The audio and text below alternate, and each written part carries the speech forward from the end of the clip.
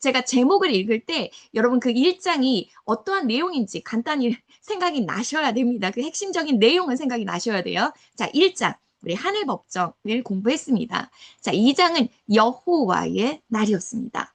자, 3장은요. 예루살렘의 멸망을 다루었고요. 4장은 예루살렘의 회복을 다루었습니다. 그리고 5장은 여러분 포도원의 노래였어요. 자, 6장은 이사야의 소명장이었습니다. 7장은 임마누엘, 그리고 8장은 마헬살랄 하스바스. 자, 9장은요, 평강의 왕. 그리고 10장은 남은 자가 돌아오리라.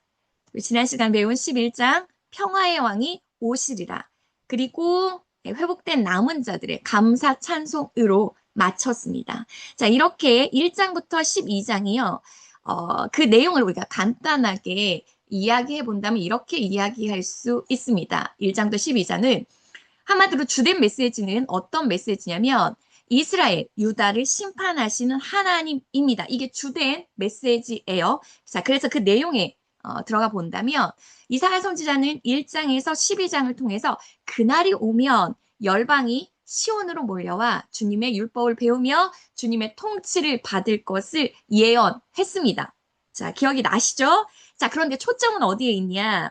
이스라엘과 유다의 왕이신 하나님이 자기 백성의 죄를 고발하고 그리고 그들을 어떻게 심판하실 것인가에 맞추어져 있습니다. 자, 그러면서도 초점은 여기에 있지만 자, 그러면서도 무엇을 이야기하고 있냐? 남은 자를 이야기하고 있습니다. 남은 자가 돌아오리라. 남은 자들의 회복과 구원을 말씀하시고요. 그리고 또한 이를 누구를 통해 이루실 거다? 메시아입니다.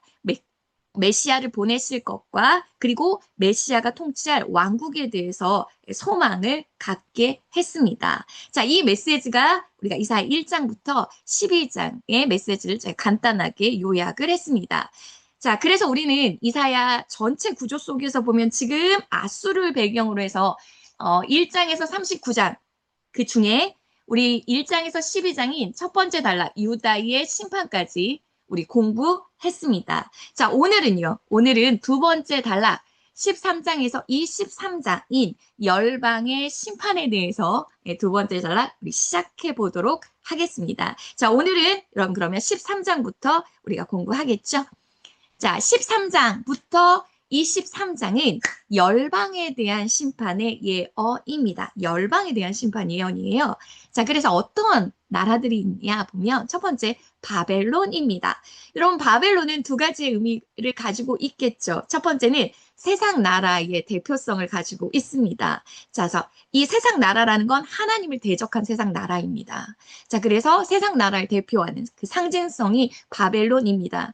요한계시록까지 그래서 나오기도 하지요. 첫 번째 의미고요. 두 번째는 역사 속에서의 바벨론입니다. 바벨론은 실제 역사 속에서 출현한 나라잖아요. 제국이잖아요. 그래서 바벨론 할 때 이 두 가지 의미를 생각하십시오. 첫 번째, 세상 나라를 대표한다. 두 번째, 역사 속의 바벨론. 이 두 가지 의미를 다 생각하셔야 됩니다.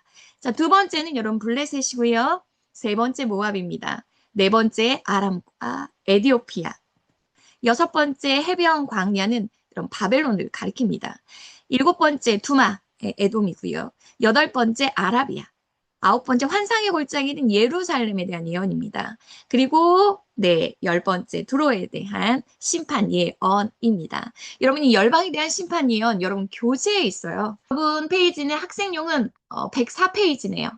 104페이지 펼치셨으니까 자 104페이지에 보면 열방에 임한 여호와의 날 해가지고 심판 예언에서 10가지 나라들이 다 옆에 민족과 나라들이 기록되어 있죠.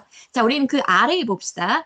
자, 이걸 우리가 이 내용들을 이렇게 분류해 볼 수가 있습니다. 첫 번째는 이 나라들, 그러니까 앞에 제시된 나라들은 세상 나라를 대표한다. 이 생각하셔야 됩니다. 세상 나라를 대표하고 시온, 즉 예루살렘은 하나님 나라를 대표한다.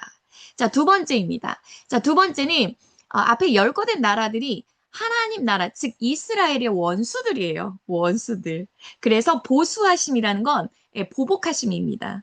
보복하심이에요. 자, 그런데 어떤 측면에서 이스라엘의 원수들이냐라고 했을 때 첫 번째는 이스라엘을 압제한 나라들입니다. 즉 이스라엘을 쳐들어가서 침략해서 이스라엘을 지배한 나라들이 있습니다. 자, 그 나라가 대표적인 게 바벨론 제국이죠. 자, 그리고 아수르 제국입니다. 자, 두 번째는요. 이스라엘을 괴롭히던 나라들이 있어요. 그러니까 이스라엘을 완전히 정복해서 지배한 나라는 아니지만 그 옆에서 이스라엘을 괴롭게 한 나라들이 있습니다. 자, 그 나라들이 역사 속에서 누구냐면 여러분 모압입니다. 그리고 블레셋이 있고요. 에돔이 있습니다. 자, 그리고 세 번째 부류는 이스라엘을 유혹한, 미혹한 자들이 있습니다. 그러니까 정치적으로, 군사적으로, 경제적으로 이스라엘을 유혹해서 그러니까 이스라엘이 하나님을 의지하지 못하도록 이스라엘이 네, 이런 다른 나라를 의지하도록 한 그런 나라들이 있습니다. 그 나라가 대표적인 나라가 여러분 네, 애굽이에요. 그리고 구스입니다. 자, 구스는 여러분 에디오피아예요. 자, 이집트 아래에 여러분 에디오피아가 있습니다. 그 에디오피아를 구스라고 합니다. 근데 이 구스가 세력이 강했을 때 이집트까지 점령을 하거든요. 그래서 이집트의 새로운 왕조를 25왕조를 세우는데 그때의 구스를 이야기합니다. 어쨌든 애굽에 다 속하는 거죠. 이 애굽과 그리고 두로는 어디냐면 여러분 시돈 두로 기억나시죠? 지금의 레바논 지역입니다. 여기도 네, 여기도 네, 이스라엘을 유혹했던, 미혹했던, 그래서 하나님을 의지하지 못했던 나라거든요. 그러니까 이런 하나님 나라의 원수들에 대해서 하나님이 네, 보복하는, 네, 심판하는 그 내용을 다루고 있습니다. 자, 그리고 세 번째는 뭐냐면, 여러분, 여호와의 날은 동전의 양면성을 가지고 있습니다. 여호와라는 심판의 날 맞습니다. 하지만 동시에 그날은 구원의 날입니다. 그러니까 하나님의 주권을 인정하고 하나님의 왕대심을 인정하고 하나님의 통치를 받는 나라, 민족들에게는 그 나라는 구원의 날일 거예요. 하지만 하나님을 끝까지 거부하고 하나님의 주권과 하나님의 왕대심을 인정하지 않는 나라들, 하나님을 대적하는 나라들에게는 그 날은 심판의 날일 겁니다. 자, 그래서 여러분 이스라엘, 하나님의 나라 이스라엘 유다에게는 그 날은 구원의 날일 거고요. 그리고 열방 중에서도 남은 자들이 있습니다. 자, 그렇죠. 그 남은 자들, 그러니까 열방 중 세상에서 하나님의 왕권을 인정하고 하나님의 통치를 받고자 시온으로 예루살렘으로 몰려오는 열방 민족들이 있잖아요. 그 남은 자들에게는 이 날은 어떤 날이다? 구원의 날일 거다라고 이야기를 하고 있습니다. 그래서 여러분, 네, 이 세 가지 내용을 가지고 우리 열방에 대한 심판 예언들을 보도록 하겠습니다. 여러분, 벨, 그리고 무로다, 뭐 마르둑 이런 거 있죠. 근데 어떠한 신들이냐면 바벨론에 대한 신들입니다. 바벨론에 대한 신들이에요. 자, 그래서 여러분 이제 선지서에 보면은 어떤 표현들이 나오냐면 뭐 벨이 수치를 당한다, 무로닥이 부서졌다, 이런 바벨론의 신들의 이름들이 나오거든요. 그럼 여러분 어떻게 알아야 되냐면 바벨론 신이 나와? 이거는 바벨론에 대한 심판이구나. 이렇게 알아들으시면 돼요. 그래서 제가 바벨론 신들을 올려놨습니다. 자, 벨, 자, 그리고 여러분 나부라고 되어 있죠. 느보. 그러니까 이 바벨론의 신들이 바벨론의 왕들 이름 속에 들어있는 거 여러분 기억나시죠? 만약에 벨이라면 벨사살 왕 기억하시면 되고요. 나부, 누부, 그러니까 느부갓네살 이런 왕들이 있고 무로닥, 뭐 애월 무로닥이라든지 무로닥 발라단이라든지 바벨론 신들의 이름으로 바벨론 왕들의 이름을 짓거든요. 자, 그러니까 이런 바벨론 신들이 나오면 바벨론을 뜻하는 거구나. 바벨론에 대한 심판 예언이구나. 이렇게 여러분이 알아들으시면 될 것 같아요. 그래서 제가 일부러 이렇게 바벨론 신들을 여기 나열해 놨습니다. 자, 이것보다 더 중요한 건 제가 하고 싶었던 말은 그 아래에 있습니다. 바벨론은요, 우리가 크게 세 부분으로 나눌 수 있습니다. 첫 번째는 고대 바벨론이고요. 두 번째는 중기 바벨론이고, 세 번째는 신바벨론, 신흥 바벨론입니다. 이걸 우리가 헷갈리지 말아야 돼요. 이걸 헷갈리면 이걸 하나의 바벨론으로 우리가 퉁치잖아요. 그러면 역사가 좀 섞여버립니다. 그러니까 헷갈릴 수가 있거든요. 그래서 제가 이거를 구분해 보았습니다. 자, 여러분, 제가 이 교재안으로 보고요. 제가 PPT로 또 간단히 정리를 해드릴게요. 일단 교재를 보세요. 자, 고대 바벨론. 자, 고대 바벨론 때가 언제냐면 여러분, 제가 로마자로 되어 있죠. 그 표시를. 이걸 찾아보세요. 네 번째, 우르가 권력의 중심지가 된다. 여러분, 이 우르라는 건 갈대아 우르를 이야기합니다. 갈대아 우르. 자, 그러면 갈대아 우르가 중심지가 된다. 갈대아 우르 했을 때 우리가 떠오르는 성경의 인물이 있습니다.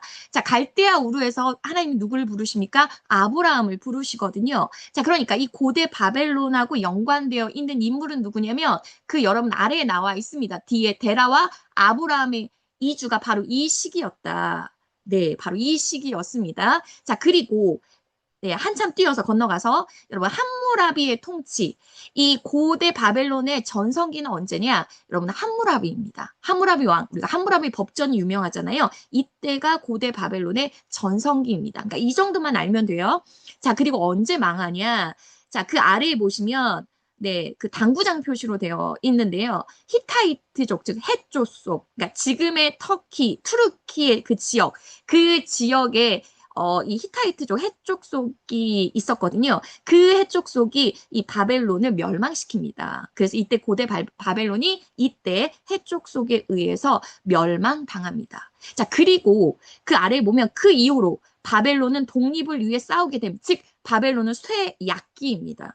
바벨론 별 그런 게 없어요. 그냥 쇠약기다. 이 고대 바벨론이 히타이트에게 멸망된 후에 세력을 크게 얻지 못해요. 그냥 있어요. 자, 그때가 언제냐? 여러분 이제 중기 바벨론으로 넘어갑니다. 자, 이제 중기 바벨론에서 여기에서 우리가 알아야 될 게 뭐냐면 여러분 세 번째에 보면 제9왕조하고 그 밑에 당구장 표시로 뭐라고 되어 있냐면 아수르가 바벨론을 정복하여 혼합된 시기라고 되어 있습니다. 자, 무슨 말이냐면 이때의 제국은 누구였냐면 아수르 여러분 제국이었어요. 이때 제국은 아수르 제국이었습니다. 근데 이 아수르 제국 때 아수르 제국이 그 지역을 다 다스렸잖아요. 메소포타미아 지역을. 그러니까 바벨론은 누구 밑에 있었냐? 아수르 밑에 있었어요. 그래서 여러분 1번, 2번, 3번 쭉 왕들을 보시면 누가 다스렸습니까? 네, 옆에 보시면 있죠. 뭐 디글라필레스의 3세. 우리 꼭 기억해야 되는 인물 있어요.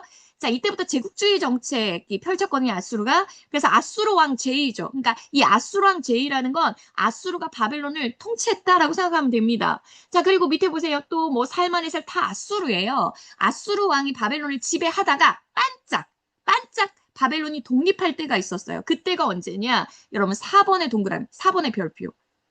여기가 중요합니다. 자, 4번이 누구냐? 이 왕이 누구냐면 무로닥 발라단. 들어봤죠? 무로닥 발라단 어디에서 나옵니까? 이제 우리가 배울 이사야 38장, 39장에 무로닥 발라단이 나옵니다. 바벨론 왕 무로닥 발라단.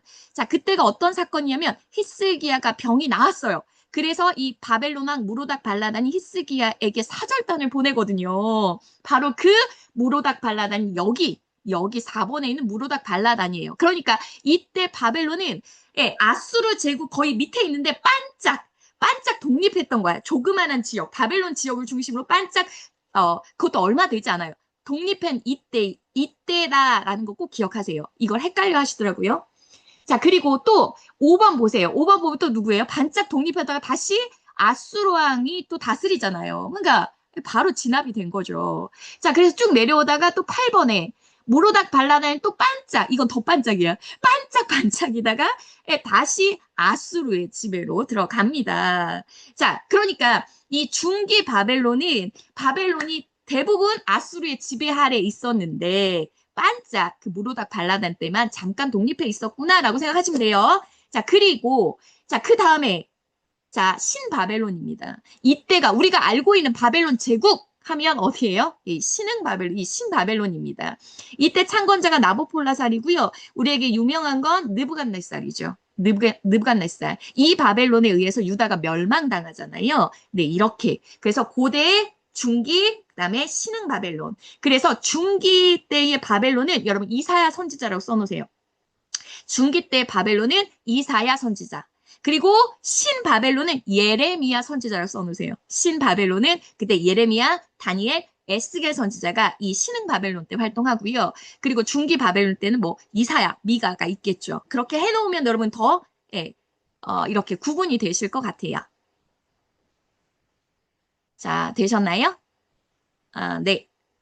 자, 지도도 제가 잠깐 보세요. 지도 속에 볼까요? 자, 이게 지금 아수르예요. 자, 제가 중기 바벨론 얘기하려고 해요. 자, 중기 바벨론 때는 아수르가 예, 제국이었어요. 그때 바벨론은 어디 있어요? 여기에요. 자, 여기에 반짝 독립한 거예요. 무슨 얘기인지 알겠죠? 이게 중기 바벨론 때의 바벨론이에요. 자, 그런데 이 옆에 보세요. 이게 신흥 바벨론 제국이에요. 이제 아수르를 바벨론이 정복하잖아요. 그리고 바벨론 제국이 되잖아. 이게 신흥 바벨론이에요. 이해가 확실히 이제 되셨죠? 네, 오케이. 그리고 저는 또 더 친절하잖아요. 정리를 또 확실히 시켜드릴게요. 자, 앞에 보세요. 자, 왜냐 우리가 지금 바벨론을 들어가기 위해서 이렇게 밑작업을 하는 겁니다. 자, 바벨. 바벨이란 이름의 뜻이 뭐냐면 혼란이에요. 바벨. 여러분, 바벨탑 사건과 관계가 되어 있습니다. 자, 왜요? 자, 사람들이 하나님께 대항하여 바벨탑을 짓잖아요. 그래서 하나님께서 심판하시죠. 언어를 흩어버리시잖아요. 그러니까 혼잡해요. 혼란해요. 그래서 이것 때문에 이 바벨탑 사건과 관계해요. 이 지명, 혼란하다라는 바벨이라는 지명이 여러분 생기게 되었습니다. 그래서 고대 바벨론 제가 정리하는 거예요. 자, 고대 바벨론의 전성기는 어디다? 함무라비 왕입니다. 자, 그리고 언제 망했어요? 이 히타이트의 침공에 의해서 멸망했어요. 자, 이후에 오랜 기간 동안 세력 회복하지 못해요. 그리고 이제 중기 바벨론으로 넘어옵니다. 자, 중기 바벨론 때 아수르가 바벨론을 정복하여 통치하는 시기다라고 생각하면 돼요. 자, 이때 우리가 우린 다른 거 몰라도 돼요. 우리가 알아야 될 건 뭐냐면 히스기야 왕 때예요. 히스기야 왕 때 바벨론의 무로닥 발라단. 그래서 이 무로닥 발라단이 히스기야 왕에게 사절단을 보내거든요. 자, 이것만 여러분 중기 바벨론에서 기억하셨으면 좋겠습니다. 자, 그리고 자, 이제 넘어오는 게 뭐예요? 신바벨론이에요. 신바벨론.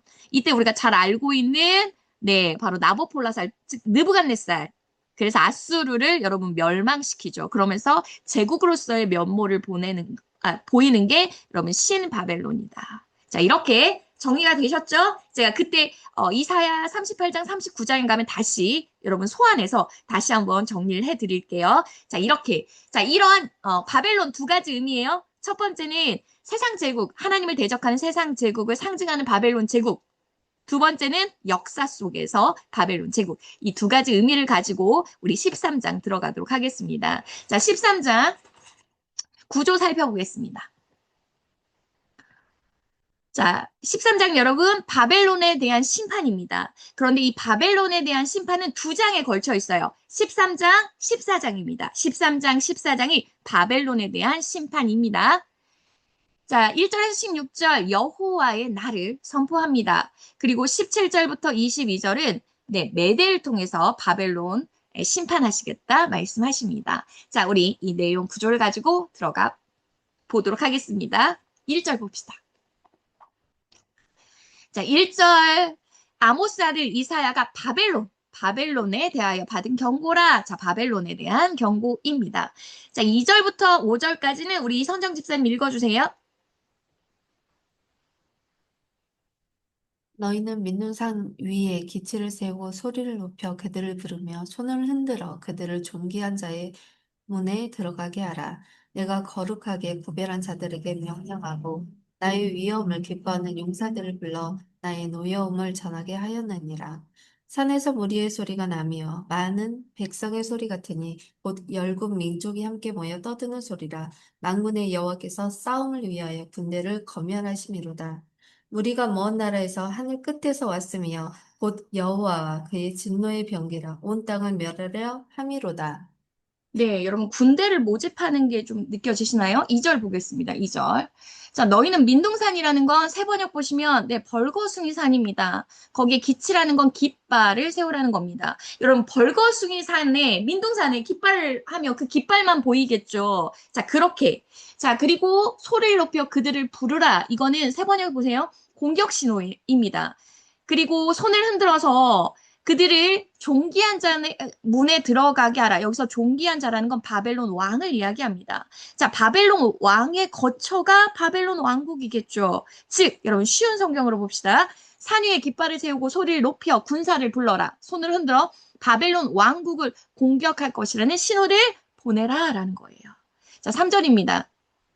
내가 거룩하게 구별된 자에게 명령하고 나의 위엄을 기뻐하는 용사들을 불러 나의 노여움을 전하게 하였느니라. 그러니까 하나님이 특별히 이 일을 위해서 선별하였다는 거예요. 거룩하게 선별했다는 겁니다. 여러분 교재에 보시면 자, 군대를 모집하고 명령을 내리시는 분이 누구다? 여호와 하나님 자신을 강조하였습니다. 그러니까 내가 명령하고 그다음에 불러 전하게 하였다. 자, 즉 자신이 여호와 하나님이 군대를 모집하고 명령을 내렸다라는 것을 강조하고 있습니다.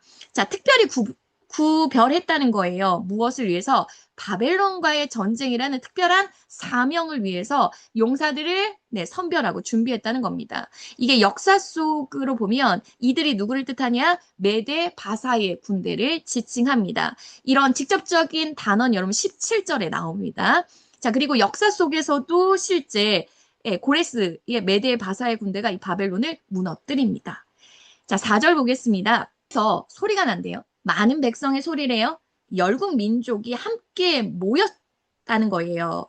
자, 근데 이 열국 민족을 누구를 뜻하냐? 바로 메대와 바사의 군대를 뜻하는 겁니다.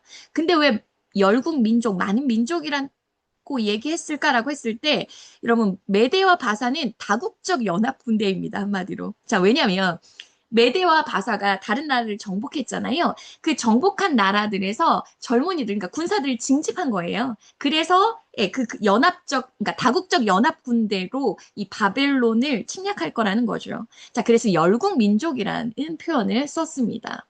자, 그 아래 하반절 보시면 만군의 여호와께서 싸움을 위하여서 군대를 검열하심이로다. 자, 검열한다. 쉬운 성경에 보니까 많은 나라의 군사들을 불러 전투 준비를 하게 하신다라고 되어 있네요. 이 검열하신다를 여러분 교재에 보시면 단어가 파카드라고 해가지고 방문하다, 계산하다, 계수하다, 뭐 결산하다 이런 의미가 있어요. 그러니까 방문해서 계수, 그러니까 수를 다 세는 겁니다. 그 군사의 수를 세는 거예요. 그런 감독관의 모습이거든요. 그러니까 무엇을 뜻하냐? 이 전쟁은 여호와께서 직접 수행하시는 전쟁이라는 사실을 강조하고 있습니다. 자, 5절입니다. 무리가 먼 나라에서 하늘 끝에서 왔으며 곧 여호와와 그의 진노의 병기에 밑줄을 한번 그어볼까요? 진노의 병기라 온 땅을 멸하여 함이로다. 자, 여기서 진노의 병기라고 했을 때 이 비슷한 표현을 우리 어디에서 봤냐면 이사야 10장 5절 아수르를 하나님이 뭐라고 표현하세요? 여호와의 진노의 막대기라는 표현 쓰죠. 똑같아요. 진노의 막대기, 진노의 병기 똑같습니다. 즉 그때 아수르를 하나님의 진노의 막대기라고 표현한 것은 아수르를 북이스라엘 남유다를 징계하기 위한 도구로 그렇게 진노의 막대기로 표현했듯이 여기에서 메대와 바사의 군대를 진노의 병기라고 표현한 것은 메대와 바사의 군대를 통해서 바벨론을 심판하시겠다라는 겁니다. 자, 그런 의미로 쓰였습니다.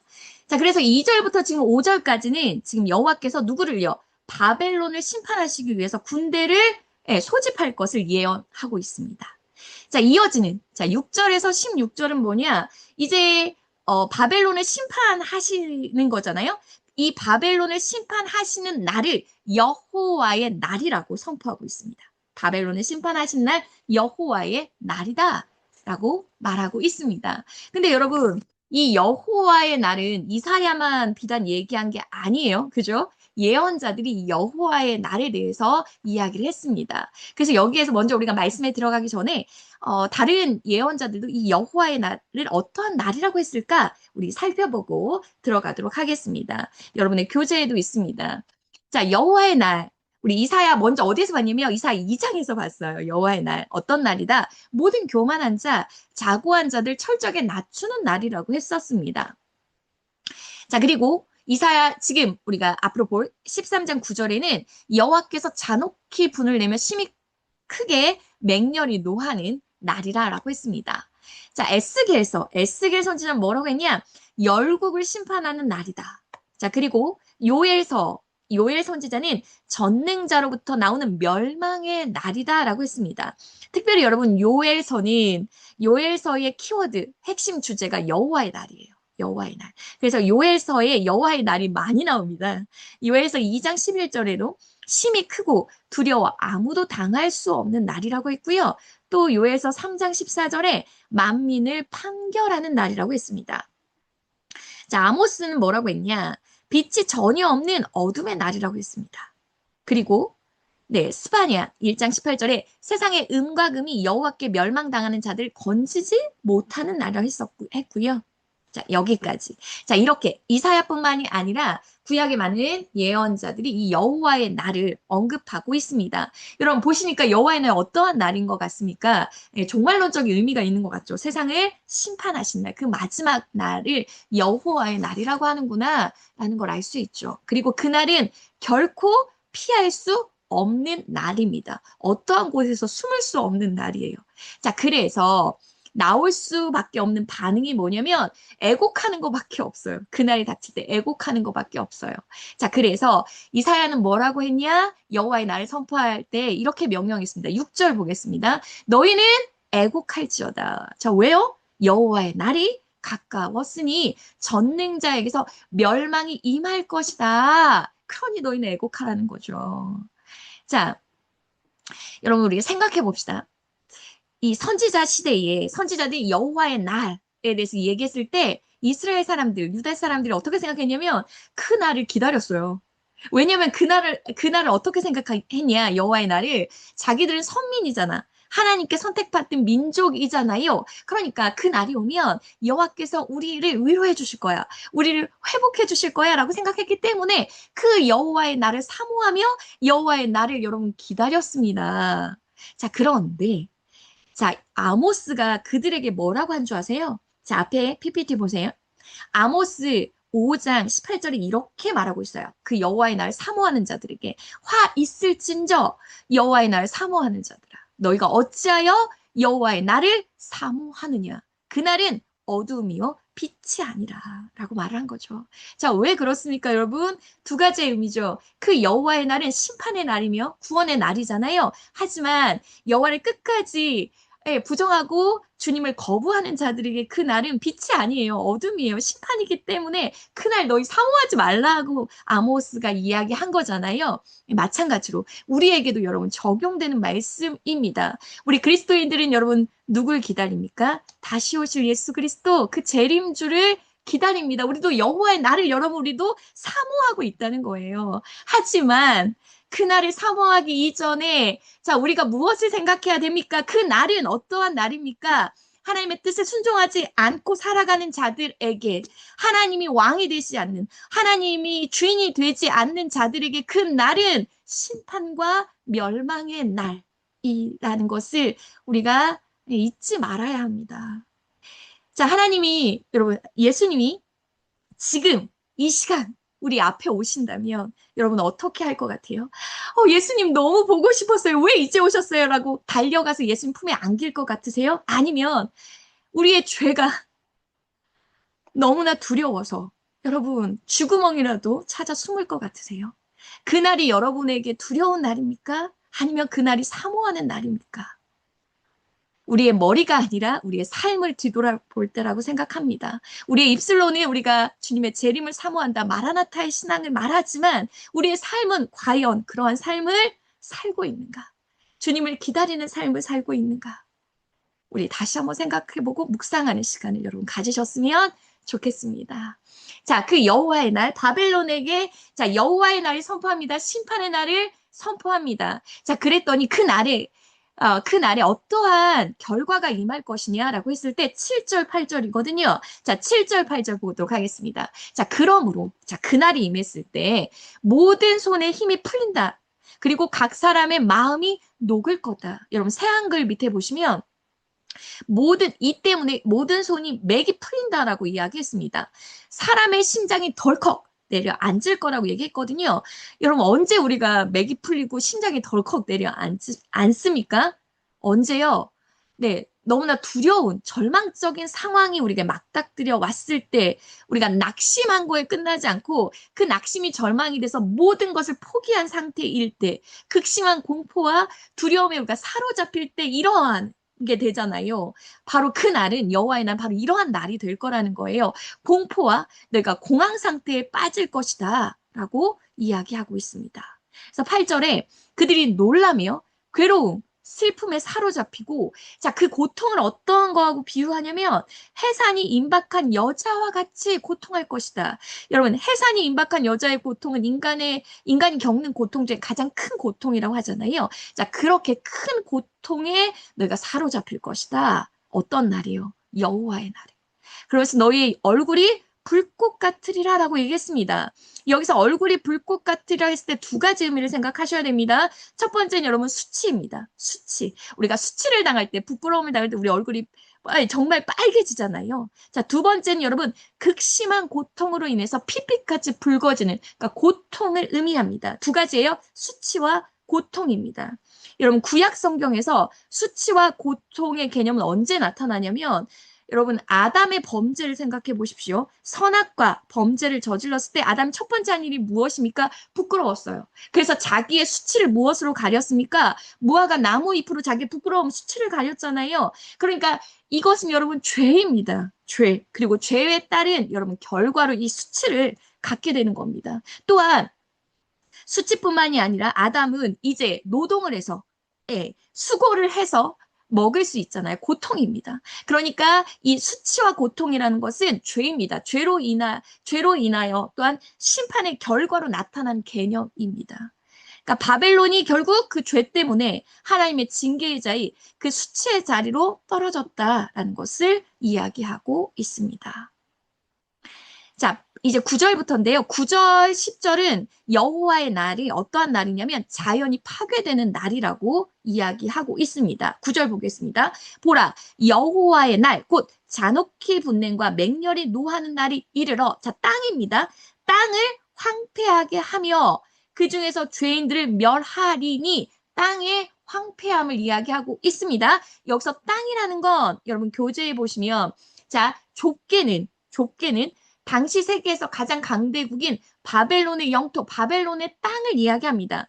그런데 넓게 보면 바벨론이 여러분 제가 세상 제국을 대표한다고 했잖아요. 그러니까 전 세계를 다 포함한 것으로 볼 수 있습니다. 이 두 가지 의미를 다 생각하셔야 됩니다. 그래서 여호와의 심판의 날은 1차적으로는 바벨론 땅에 대한 심판이지만 궁극적으로는 바벨론과 같은 바벨론으로 대표되는 하나님을 대적하는 모든 세상 열방에 대한 심판이구나라는 걸 생각하셔야 됩니다. 제가 이 두 가지 의미 다 생각하라고 했습니다. 바벨론을 의미할 때.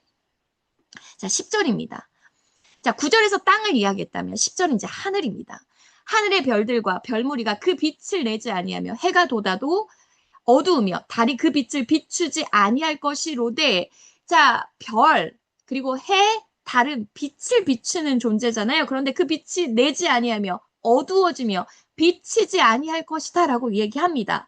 특히 어두우며라는 여러분 원어를 보시면 어떤 거냐면 두 번째 줄에 자, 빛이 창조되기 전에 그 어두움을 이야기합니다.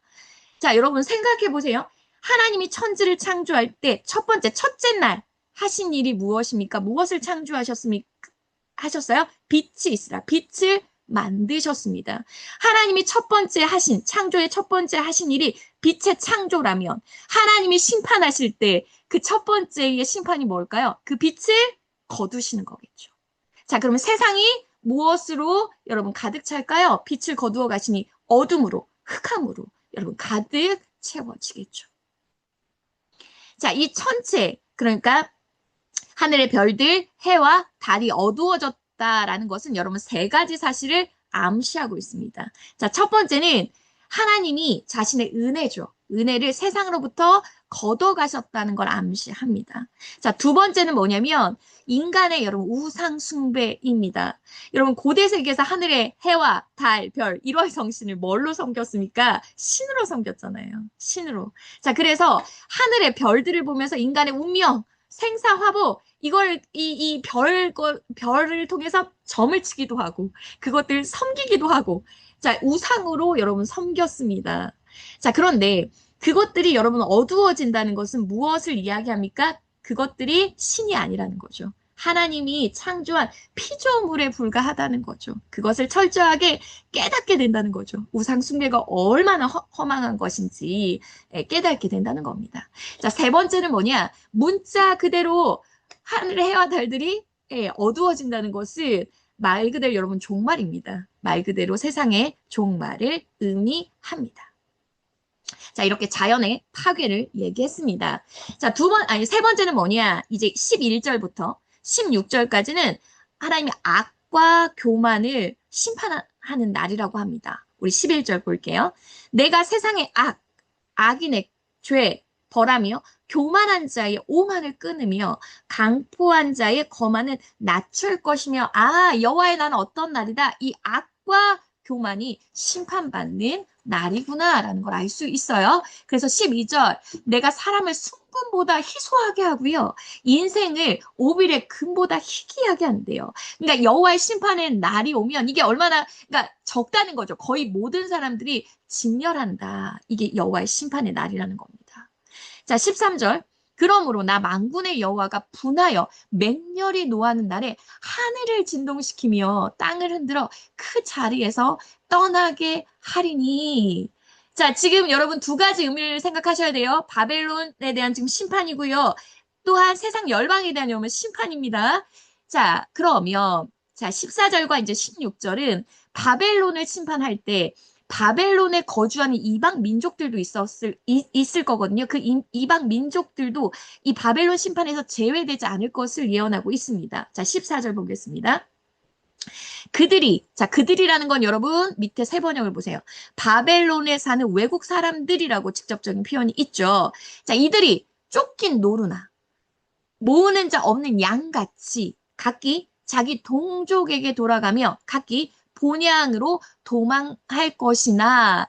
자, 그러니까 바벨론에 살고 있는 외국인들을 말합니다. 왜요? 당시 바벨론 여러분 제국입니다. 자, 그러니 바벨론 제국인이 지금도 그렇잖아요. 우리가 수도 서울로 올라가잖아요. 왜요? 그곳에서 우리가 살 걸 찾잖아요. 자, 마찬가지로 당시의 바벨론이 그러한 나라였어요. 그래서 바벨론으로 이주하는 사람들도 많았고요. 또한 상인들 장사하려면 바벨론에 가서 장사하는 게 더 낫겠죠. 그러니까 그러한 사람들 얘기하는 겁니다. 그러니까 이주민들과 그런 상인들이 바벨론이 심판을 받으니까 거기 있으면 같이 심판받잖아요. 그러니까 그들이 도망쳐 나오는 모습을 무엇으로 비유했냐? 노루와 양이 쫓기는 모습으로 빗대어서 묘사한 거예요. 그렇게 노루처럼 양처럼 자기의 동족, 본향으로, 고향으로 도망쳐 갈 것이다. 왜? 바벨론이 심판을 받으니까.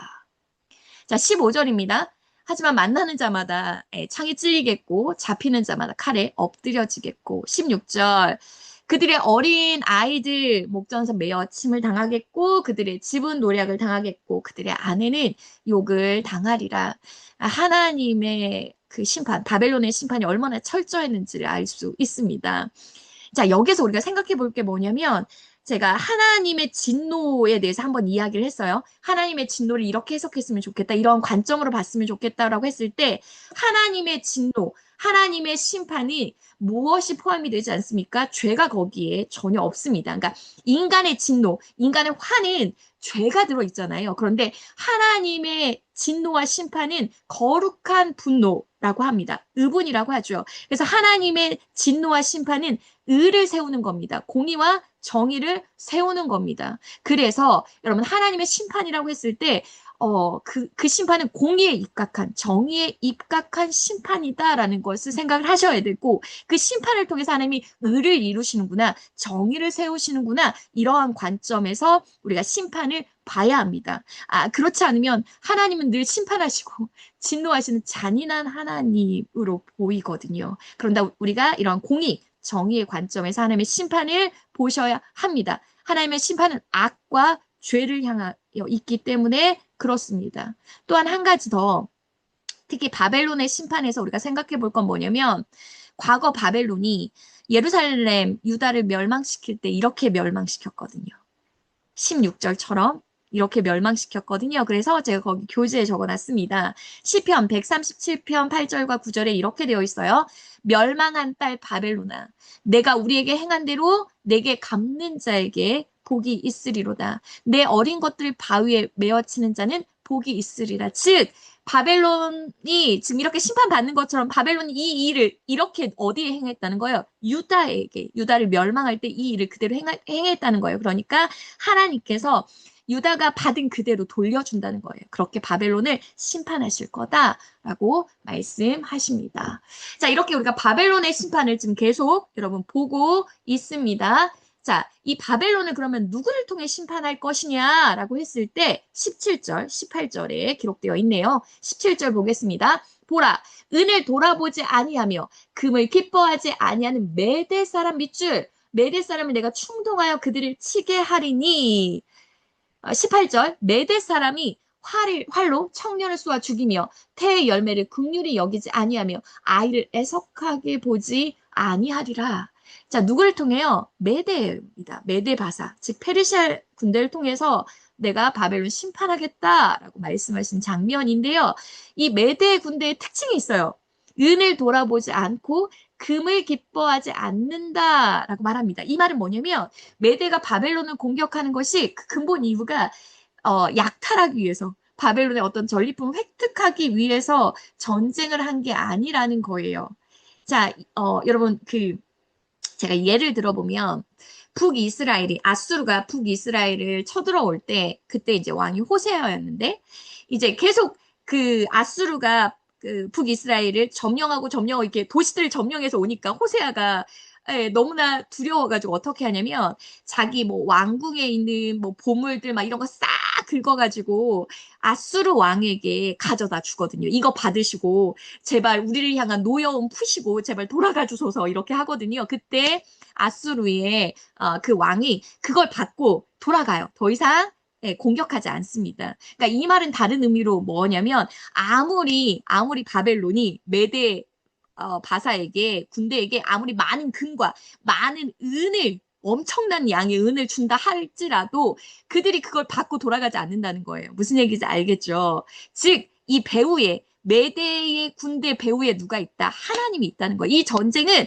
하나님이 하시는 전쟁이다라는 것을 이야기하고 있습니다. 그래서 메대를 통해서 하나님 바벨론을 심판하겠다라고 말씀하십니다. 자, 19절입니다. 이제 심판을 통해서 이제 바벨론이 완전히 폐허가 될 것을 말하는 게 이제 19절부터 22절이에요. 자, 19절 보겠습니다. 열국의 영광이요. 갈대아 니꼴 바벨론 생각하셔야 됩니다. 갈대아 사람의 자랑하는 놀이기가는 바벨론이 하나님께 멸망당한 소돔과 고모라 같이 되리니 20절 그곳에 거주할 자가 없겠고 거처할 사람이 대대에 없을 것이며 아라비아 사람도 거기에 장막을 치지 아니하며 목자들도 그곳에 그들의 양떼를 쉬게 하지 아니할 것이요. 자, 바벨론을 어떻게 멸망시키겠다? 소돔과 고모라 같이 완전하게 폐허를 만들겠다라고 말씀하십니다. 그래서 20절 그곳에 없겠고 없을 것이며 치지 아니하며 아니할 것이다. 하지 아니할 것이다. 예, 이렇게 부정문을 4개를 쓰면서 철저한 바벨론의 황폐함, 황무함을 이야기하고 있습니다. 내가 그렇게 심판할 것이다. 그래서 그곳이 어떻게 될 것이다. 21절. 오직 들짐승이 거기에 엎드리고 부르짖는 짐승이 가득하며 타조가 거기에 깃들이고 들량이 거기에서 뜰 것이다. 그 궁성에 승냥이가 부르짖을 것이고 화려한 궁정에는 들깨가 울 것이다. 그러니까 바벨론의 완전한 황폐함으로 인하여서 사람이 살 수가 없게 된 거예요. 사람이 살 수 없으니 누구만 가득한 거예요? 짐승들만 여러분 우글우글 한 거예요. 즉 바벨론이 그렇게 완전히 황폐해져서 야생동물의 서식처, 야생동물의 거주지가 될 것이다 라는 것을 예언하고 있습니다. 그러니까 바벨론에 대한 심판이 얼마나 철저한지 지금 말씀하고 있는 거죠. 바벨론이 이렇게 심판을 받는 이유는 무엇입니까? 여러분 범죄의 결과입니다. 교만한 바벨론을 하나님 이렇게 심판하시겠다 말씀하십니다. 자, 22절 하반절에 그의 때가 가까우며 그의 날이 오래지 아니하리라. 머지않아 내가 바벨론 심판하겠다 말씀하십니다.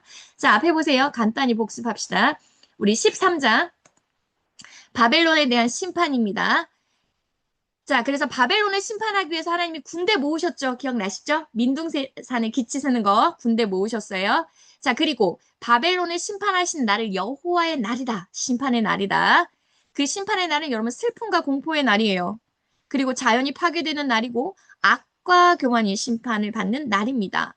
누구를 통해서 심판하시겠다? 메대를 통해서 하나님이 심판하시겠다. 어떻게? 소돔과 고모라 같이 완전하게 멸망시켜서 황폐화시켜서 그곳은 사람이 살지 못하는 야생동물의 서식지로 내가 그렇게 심판할 것이다. 말씀하셨습니다. 자, 이어지는 14장 바벨론에 대한 심판입니다. 13, 14장 바벨론에 대한 심판인데요. 우리 내용 구조 보겠습니다. 자, 1절에서 4절 상반절까지는 여러분 이스라엘의 회복을 다루고 있습니다. 자, 그리고 자, 이건 여러분의 교재와 다를 거예요. 예, 제가 교사용은 바꿨는데 여러분의 교재는 안 바꿔놨더라고요. 학생용은 안 바꿔놨어요. 제가 이 단톡방에 올리도록 할게요. 아니면 여러분 몇 가지만 살짝 고치면 되죠. 살짝 고쳐셔도 될 것 같아요. 네, 4절 하반절부터 23절은 바벨론의 왕에 대한 애가이고요. 24절부터 27절 아술에 대한 심판이고 28절부터 32절 블레셋에 대한 멸망 예언입니다. 여러분 고치세요. 그러니까 여러분 13장이 누구에 대한 심판이었어요? 바벨론에 대한 심판이었습니다. 자, 바벨론에 대한 심판이 13장이었어요. 자, 바벨론에 대한 심판하면 여러분 무엇을 생각하셔야 되냐면 하나님이 자, 바벨론을 징계의 도구로 누구를 심판하셨어요? 누구를 징계하셨습니까? 유다를 징계하셨죠. 이스라엘을 징계하셨죠. 자, 그러니까 바벨론을 심판하셨다라는 것은 다시 말하면 이런 말이죠. 이스라엘을 향한 하나님의 나라를 향한 하나님의 진노가 끝났다는 얘기죠. 하나님의 진노, 하나님의 심판 끝났다. 이해가 되시죠?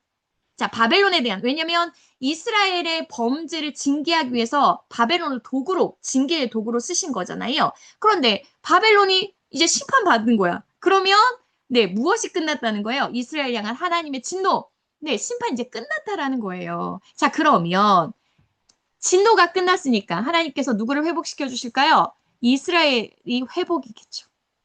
그러니까 바벨론에 대한 심판, 바벨론의 멸망은 즉 이스라엘에 대한 회복의 시작입니다. 자, 이렇게 니꼴. 자, 니꼴. 바벨론에 대한 심판은 그러니까 바벨론의 멸망은 즉 이스라엘에 대한 하나님의 진노 끝. 그러면서 이스라엘의 회복의 시작이다.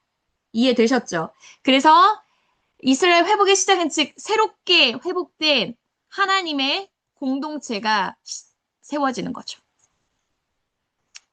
자, 그러면 여러분 역사 속에서 하나님이 바벨론 멸망과 함께 이스라엘 회복시킬 때 했던 역사적인 사건이 있습니다. 뭐예요? 포로 귀환이죠. 페르시아를 통한 포로 귀환이죠. 자, 그래서 여러분 이렇게 정리하셨으면 좋겠습니다. 바벨론의 멸망은 이스라엘의 회복이다. 자, 이스라엘 회복한 사건이 뭐다? 포로 귀환 사건이다. 자, 그러면서 회복된 하나님 나라의 공동체가 세워진다. 자, 그게 여러분 에스라 공동체죠. 자, 여러분 이렇게 정리해 놓으셨으면 좋겠습니다. 그래서 여러분 13장이 제가 바벨론의 심판 멸망이잖아요. 그래서 이어지는 게 뭐냐? 14장 1절부터 4절까지가 자, 무엇이에요? 이스라엘의 회복을 그래서 이야기하고 있습니다. 바벨론의 멸망과 이어지는 건 여러분 이스라엘의 회복의 시작입니다. 자, 1절 보겠습니다. 자, 여호와께서 야곱을 국률이 여기시며 이스라엘을 다시 택하여 그들 의입니다. 그들의 땅에 두시리니 나그네 된 자가 야곱 족속과 연합하여 그들에게 예속될 것이며 민족들이 그들을 데리고 그들의 본토로 돌아오리니 이스라엘 족속이 여호와의 땅에서 그들을 얻어 노비로 삼겠고 전에 자기를 사로잡았던 자들 사로잡고 자기를 압제하던 자들 주관하리라. 자, 1절을 보시면 야곱을 여러분 어떻게 여기셨다? 국률이 여기셨다입니다. 이 국률이란 단어 우리가 히브리어로 꼭 알고 있어야 될 단어입니다. 이런 교재에 보시면 국률이 여기시며 자궁을 의미하는 어근 레헴에서 나온 라함입니다. 라함. 여러분 라함 외우세요? 라함. 그래서 이 뜻이 뭐예요? 사랑하다. 불쌍히 여기다. 자비를 베풀다. 국률, 사랑, 자비라는 그 뜻을 가지고 있습니다. 자, 그런데 이 사랑과 국률이 어디에서부터 나오는 거예요? 자궁이에요. 자, 자궁은 여러분 무엇을 뜻하는 겁니까? 자궁 안에 태아, 즉 어미의 사랑입니다. 어머니의 사랑이에요. 그 태아를 품는 어머니의 사랑. 그것을 국률, 라함, 국률이 여긴다는 거예요. 그 어머니의 사랑. 그러니까 하나님이 그렇게 태아를 사랑하듯 어머니의 사랑, 그 사랑으로 야곱을 국률이 여기셨다는 거예요. 자, 그래서 이스라엘 다시 택했다라고 말합니다. 자, 왜 다시라는 말을 씁니까? 언제 처음 택하셨어요? 그들의 조상 아브라함을 처음 택하셨죠. 그리고 지금 유다가 멸망했잖아요. 그리고 하나님께서 너희를 다시 택한다라는 말을 쓰시는 겁니다. 그래서 다시 택한다. 그래서 그들의 땅, 즉 가나안 땅에 다시 두신다는 거예요. 자, 그럴 때 여러분 생각해 볼게. 다시 택하여서 가나안 땅에 돌아오게 하는 건 회복의 역사잖아요. 이 회복의 역사가 이미 하나님이 모세를 통하여서 예언해 놓으셨어요. 어디에 예언해 놓으셨냐면 모세오경 이 신명기에 모압 언약을 통해서 이미 말씀해 주셨습니다. 여러분 모압 언약 여러분 신명기 신학 제가 강의했죠. 신명기 신학의 핵심 이야기했습니다. 자, 언약 맺은 백성. 자, 이스라엘은 하나님의 법, 율법에 순종하면 너희 복이야. 하지만 불순종하면 너희 징벌과 심판이다라는 것이 신명기 신학의 핵심이라고 이야기했습니다. 자, 그런데 이것을 뛰어넘는 이게 신의 산 언약이라면 이걸 뛰어넘는 네, 언약이 뭐냐? 모압 언약이에요. 그러니까 모압 언약은 물론 이 언약 있습니다. 율법에 순종하면 너희 복이고 너희가 거역하면 너희 저주야, 심판이야. 물론 이 내용도 있지만 거기에 플러스 어떠한 내용도 있냐? 네, 은혜도 포함되어 있습니다. 그래서 이 모압 언약이 회복의 역사의 근거를 이루고 있습니다. 우리 밑에 말씀 한번 볼까요? 자, 말씀, 신명기 말씀 보세요. 자, 1절 보겠습니다. 내가 내게 진실한 교재 봅니다. 모든 복과 저주가 내게 임함으로 내가 내 하나님 여호와로부터 쫓겨난 모든 나라 가운데 이 일이 마음에서 기억이 나거든. 자, 여기 보세요, 여러분. 하나님으로부터 쫓겨난 모든 나라 가운데 이 말은 벌써 징계를 받고 다른 나라 포로로 끌려갔다라는 게 전제되어 있잖아요. 자, 2절 보겠습니다. 너와 내 자손이 내 하나님께로 돌아와. 내가 오늘 내게 명령한 것을 온전히 따라 마음을 다하고 뜻을 다하여 여호와의 말씀에 청종하면 하나님께서 너희를 어떻게 여기신다? 긍휼히 여기셔서 자 포로에서 돌아오게 하시되 네 하나님 여호와께서 흩으신 그 모든 백성 중에서 너를 모실 것이다. 이미 하나님 알고 계셨죠. 그래서 모세에게 하나님께서 미리 말씀해 주셨잖아. 비밀 말씀해 주셨잖아요. 그 광야 2세대, 모압 형제에서 광야 2세대를 향해서 이 백성이 가나안 땅에 들어가면 나를 버리고 기름지고 배불러서 나를 버리고 그 땅의 신들을 섬길 거야. 그러면 나는 그들을 심판할 거야. 그들은 멸망할 거야. 그들은 포로로 끌려갈 거야. 하지만 나는 그들 다시 국률이 여기어서 그들을 다시 돌아오게 할 거야. 회복시키실 거야. 그게 여러분 모세의 애가잖아. 이것을 지어 이스라엘 백성에게 부르게 하라. 그게 모세 애가잖아요. 이미 말씀해 주셨거든요. 이미 하나님께서 이 회복의 말씀, 회복의 역사를 이미 말씀해 주셨어요. 자, 그래서 그 말씀대로 되는 거죠. 여러분 이게 역사적인 측면에서 그대로 이루어집니다. 언제 이루어집니까? 바벨론을 누가 멸망시킵니까? 페르시아의 고레스가 멸망시키고 그로 인해서 바벨론의 포로로 끌려갔던 이스라엘 유다가 포로 귀환하죠. 그 역사적인 사건으로 여러분 성취가 됩니다. 자, 역사학자들은 이렇게 얘기할 거예요. 자, 페르시아의 고레스가 그 식민지 정책을 통해서 돌려보낸 거다라고 하지만 우리는 알고 있죠. 이미 그 고레스에게 포로 귀환할 그 마음을 주신 건 누구다? 여호와 하나님이신 걸 알 수 있죠. 우리 말씀 볼게요. 자, 여러분 교재 있죠. 이사야 45장 1절에서 4절을 보면 여호와께서 그의 기름 부음 받은 고레스 아이의 이사야는 고레스의 이름까지를 언급하고 있습니다. 자, 그러면서 뭐라고 하냐? 그 앞에 열국을 항복하게 하며 자, 무슨 말이냐? 이제 나라들을 점령하게 하는 게, 그러니까 나라들을 정복하게 하는 게 이건 고레스가 힘이 강해서가 아니라 하나님이 고레스에게 그런 힘을 주셨다는 거예요. 열국을 정복할 제국의 힘을 주셨다는 거예요. 왜? 누구를 위해서 4절 보세요. 내가 나의 종 야곱, 내가 택한 자 이스라엘을 위하여서 그러한 능력을 주셨다는 겁니다. 자, 그래서 그 밑에 또 이사야 44장 28절에 보면 또 어떤 내용이 있습니까? 그가 나의 모든 기쁨을 성취하리라. 기쁨이라는 건 여러분 무엇입니까? 결국 네, 예루살렘에 대하여 이르기를 중건되리라. 성전에 대하여 내 기초가 놓여지리라. 네, 이게 고레스 칙령이죠. 그래서 이 사람들이 돌아와서 예루살렘을 중건하고 예루살렘의 성전의 기초를 놓잖아요. 이 고레스 때에. 그대로 여러분 성취가 됩니다. 그리고 여러분 하나 더. 에스라서 그 아래에 보면 에스라서에 보면 이렇게 말했어요. 예레미야의 입을 통하여 하신 말씀을 이루게 하시려고 바사왕 고레스의 마음을 감동시키심에 무슨 말입니까? 하나님께서 고레스의 마음을 감동시키셔서 이 포로기한을 하게 하셨다라는 겁니다. 그러니까 이 일 뒤에 이 포로기한 뒤에 누가 있다? 이 배후에 누가 있다? 여호와 하나님이 계신다라는 말이죠. 이 역사 속에서 보면 그대로 여러분 다 성취가 됩니다. 자, 그래서 이 회복의 역사가 일어날 거다라는 걸 얘기하고요. 1절 하반절 다시 보세요. 1절 하반절. 나그네 된 자를 얘기합니다. 나그네 된 자, 밑줄. 나그네 된 자가 야곱 족속과 연합하여 그들에게 예속될 것이다. 자, 여기 다 밑줄 한번 해보겠어요. 이 나그네 된 자가 누구냐? 라고 했을 때 여러분 거기 여러분 세 번역에 보시면 뭐라고 되어 있습니까? 외국 사람이라고 되어 있죠. 외국 사람. 예, 교재, 여러분, 교재에도 적어 놨습니다. 교재에 보면, 네, 이스라엘 자손과 같이 바벨론에 의해서 바벨론의 포로로 끌려와서 생활했던 이방 민족, 이방인들을 지칭하는 표현입니다. 그래서 나그네라는 나그네란 말을 썼습니다. 왜냐면 고향에서 쫓겨나서 다른 나라에 온 거잖아요. 나그네란 표현을 그래서 썼습니다. 자, 이들이 바벨론에서 살 때, 이스라엘 민족을 보니까, 유다 민족을 보니까 회당을 지어요. 여러분, 회당은 바벨론 포로기 때부터 생겨났습니다. 회당을 지어. 그러더니 안식일에 여호와 하나님을 섬긴다고 예배를 드리고 뭐 할례 행하고 막 이런 것들 옆에서 보잖아요. 보면서 이들이 깨닫게 되는 거예요.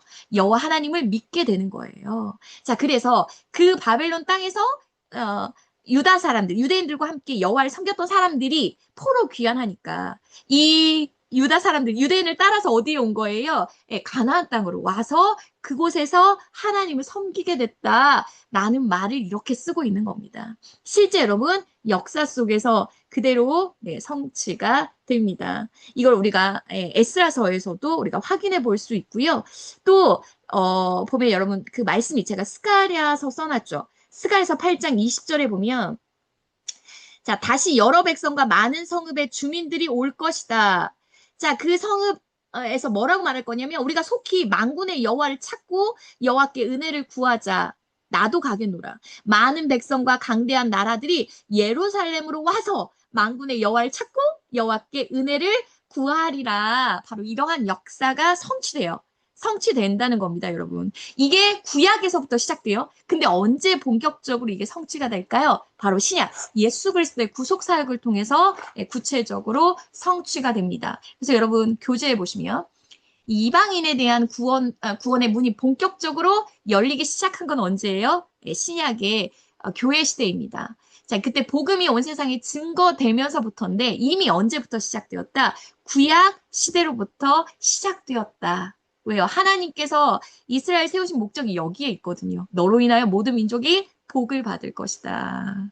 자, 그게 구약에서부터, 특히 포로 귀환에서부터 시작해서 네, 신약의 예수 그리스도의 구속 사역을 통해서 본격적으로 성취될 것이다. 자, 이렇게 우리가 정리하고 있으셨으면 좋겠습니다. 자, 이렇게 하나님께서 이스라엘, 유다에 대한 회복을 말씀하셨어요. 바벨론의 멸망과 함께 회복을 말씀하셨어요. 그리고 3절 보세요. 자, 그날. 자, 회복하는 그날. 여호와께서 너를 슬픔과 공고와 내가 수고한 고역에서 놓으시고 안식을 주시는 날. 자, 이 날은 여러분 바벨론이 멸망한 날이에요. 그러니까 바벨론의 멸망한 날에 이스라엘은 슬픔과 공고 고역에서 해방될 것이라는 거죠. 그리고 안식을 얻을 거라는 거예요. 자, 이 안식을 주신다고 했을 때 언제 이러한 단어를 쓰냐면 자, 가나안 땅을 점령했을 그 땅, 가나안 땅을 정복했을 때 안식이라는 표현을 쓰시거든요. 그러니까 이 안식은 뭐예요? 이들이 포로 귀환해서 다시 가나안 땅으로 돌아갔을 때의 안식을 이야기합니다. 즉 바벨론의 멸망의 날은 즉 포로 귀환의 날, 해방의 날이다. 자, 그 날을 지금 이야기하고 있어요. 자, 그 날에 그러니까 바벨론이 멸망하고 너희들이 회복하는 그 날에 자, 너희가 노래를 부를 거래요. 4절 보겠습니다. 너는 바벨론 왕에 대해서 이 노래를 지어 부를 거라는 거죠. 압제하던 자가 어찌 그리 그쳤으며 강포한 성이 어찌 그리 폐하였는고. 자, 세 번역을 보세요. 너희는 바벨론 왕을 조롱하는 이런 노래를 부를 거다. 웬일이냐? 폭군이 고꾸라지다니 그의 분노가 그치다니. 그러니까 바벨론 왕에게 무슨 노래? 조롱의 노래를 부를 거라는 거예요. 자, 그래서 그게 굉장히 여러분 자세하게 나와 있는데요. 교재에 보시면 바벨론 왕에 대한 애가라고 되어 있죠. 애가라고 되어 있어서 4절에서 8절까지는 뭐냐? 바벨론 압제에 해방된 자들이죠. 해방된 자들이 그것을 기뻐하면서 바벨론 왕을 조롱하는 노래를 부를 거고요. 9절에서 15절은 이제 열국의 왕들이라는 건 바벨론 왕에게 정복당한 왕들이 있을 거잖아요. 그 왕들이 음부에서 수월에서 이 몰락한 바벨론 왕을 맞이하면서 또 조롱하게 될 거라는 거예요. 그리고 세 번째는 16절부터 20절까지는 바벨론 왕의 최후를 목격한 모든 자들이 그 바벨론 왕을 조롱하며 노래를 부르게 될 것이다. 그러니까 바벨론 왕에 대한 애가는 한마디로 바벨론 왕에 대한 조롱의 노래입니다. 자, 이게 4절부터 여러분 20절까지 쭉 이어지는데요. 자, 우리 들어가 보도록 하겠습니다. 자, 5절입니다. 자, 여호와께서 악인의 몽둥이와 통치자의 규를 꺾으셨도다. 이 악인의 몽둥이, 통치자의 규는 여러분 바벨론 왕을 이야기하는 거죠. 바벨론 왕의 멸망, 심판을 이야기하는 겁니다. 6절입니다. 자, 그들이 분내어 여러 민족을 치기를 맞이하였고 노하여 열방을 억압하여도 그 억압을 막는 자가 없었더니. 자, 7절. 이제는 온 땅이 조용하고 평온하니 무리가 소리 높여 노래하는도다. 자, 노래를 불러요. 왜요? 바벨론의 멸망이 이 온 땅에 평화를 가져다 줬거든요. 온 땅이 조용하고 평온하게 됐거든요. 자, 왜 바벨론의 멸망이 온 땅을 평화롭게 하냐에 대해서 앞에 보세요. 우리가 제국의 식민지 정책을 좀 알아야 됩니다. 자, 첫 번째, 우리는 아수르 제국의 여러분 식민지 정책, 제가 이야기했었죠. 혼혈 정책입니다. 자, 혼혈 정책은 뭐예요? 정복한 나라들, 민족들 다 섞어요. 그러니까 민족 이주 정책입니다. 다 섞어서 반란을 도모하지 못하도록 그 민족성을 말살하는 정책을 했거든요. 자, 그리고 이제 아수르를 정복한 바벨론이 펼쳤던 정책은 인질 정책, 포로 정책입니다. 다 끌어온 건 아니에요. 어떤 사람들을 끌고 왔냐? 엘리트, 지식인층입니다. 그래서 우리가 1차 포로로 다니엘과 세 친구들은 여러분 귀족 자제, 왕족 자제입니다. 그러니까 그런 엘리트들을 포로로 끌고 갔거든요. 또한 뿐만이 아니죠. 전문 기술자들을 포로로 끌고 갔습니다. 그래서 그 사람들 어떻게 썼냐면 바벨론의 제2의 시민을 만드는 거예요. 그래서 반란을 도모하지 못하도록 했습니다. 자, 이 바벨론을 정복한 제국이 여러분 페르시아죠. 페르시아는 여러분 관용 정책입니다. 관용. 여기에서도 여러분 느껴지시죠? 그래서 가장 큰 건 포로 귀환 정책입니다. 그러니까 바벨론이 포로 정책이잖아. 다 끌고 왔잖아요. 민족들. 자, 그 민족들에게 너희 돌아가도 좋다. 그러니까 대가 없이입니다. 뭘 돈을 받지 않고 그냥 너희 돌아가고 싶은 사람 다 너희 민족, 고향으로 다 돌아가도 좋다라는 정책을 폈습니다.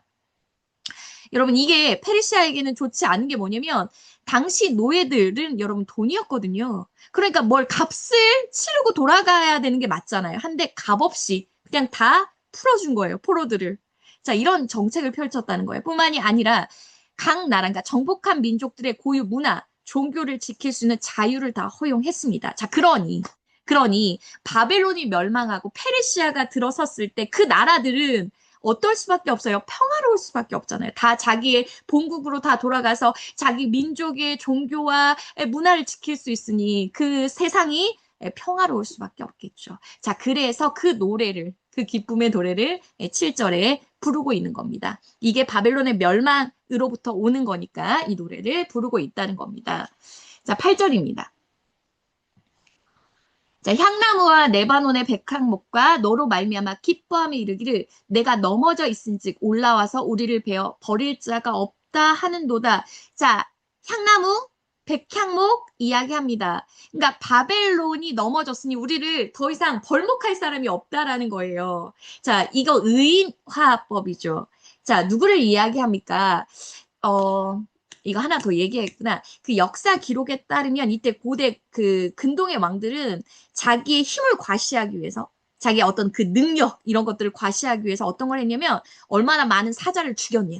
얼마나 많은 그 이런 나무들을 벌목해서 이게 웅장하고 그 되게 화려한 건축을 하냐. 이걸로 자기의 힘을 과시했거든요. 자, 그러니까 그렇게 했던 바벨론 왕이 죽으니 더 이상 나무들을 벌목하지 않는다는 거잖아요. 이건 의인화죠. 그러니까 그렇게 바벨론 왕에게 당했던, 그렇게 벌목당했던, 압제당했던 그 민족들이 이제 자유를, 더 이상 벌목이 안 되니까 자유를 얻는 거구나. 그 기쁨에 대해서 이야기하는 겁니다. 자, 이제 9절부터는요.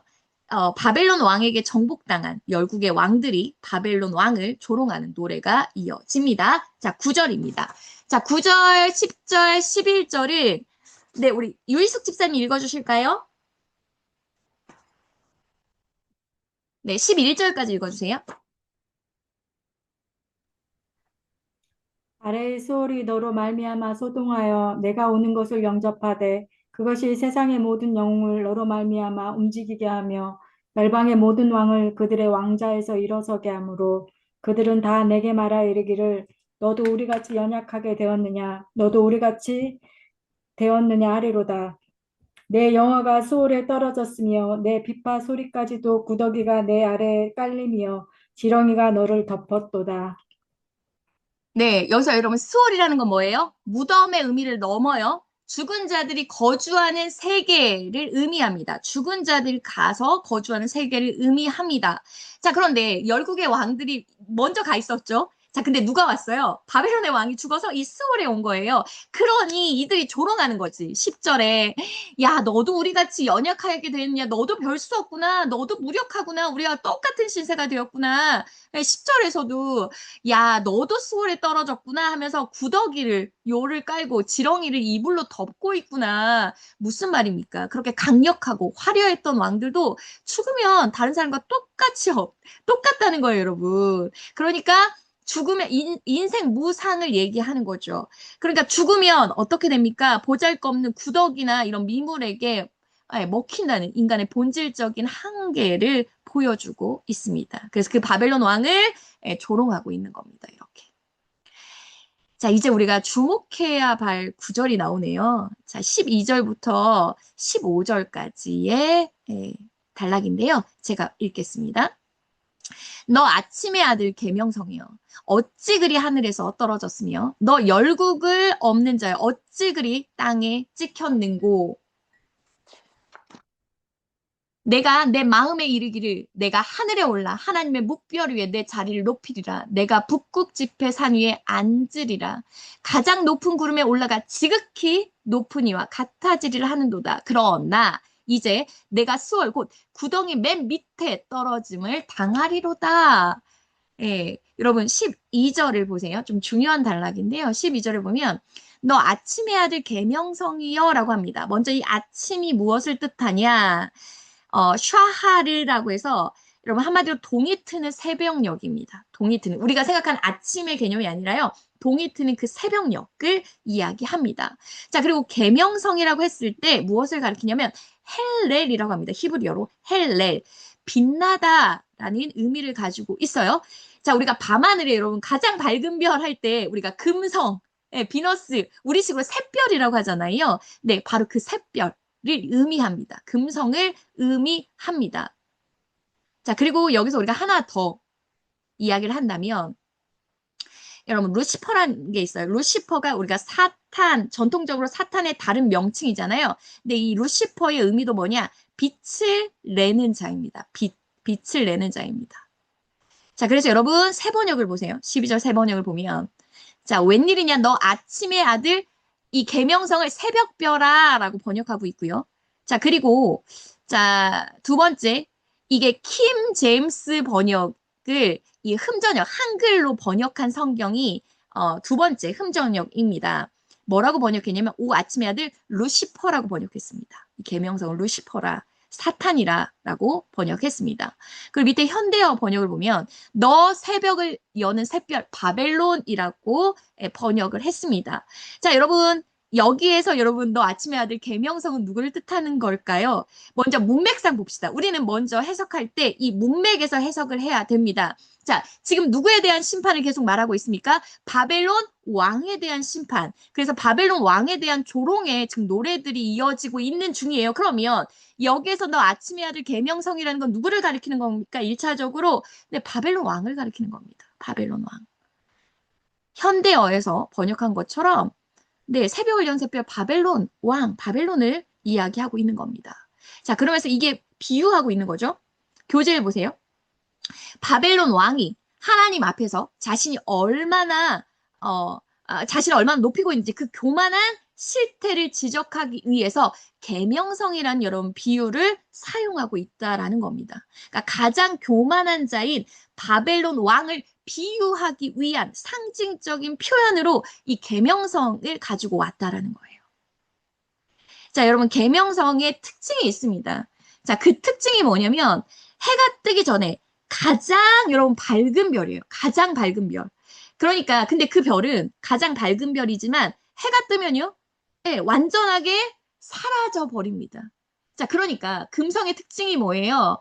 그러니까 사람이 스스로 아무리 자기의 영광을 높여도 하나님의 영광 아래에선 한순간에 사라져 버린다는 이런 특성을 들어서 인간의 교만의 허무함을 보여주고 있는 겁니다. 그래서 계명성을 여러분 썼습니다.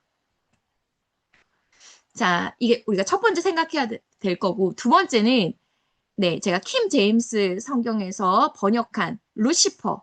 자, 루시퍼 또한 어떤 의미를 가지고 있어요? 빛을 내는 자란 의미를 가지고 있거든요. 자, 영적 의미에서 한번 생각을 해볼게요.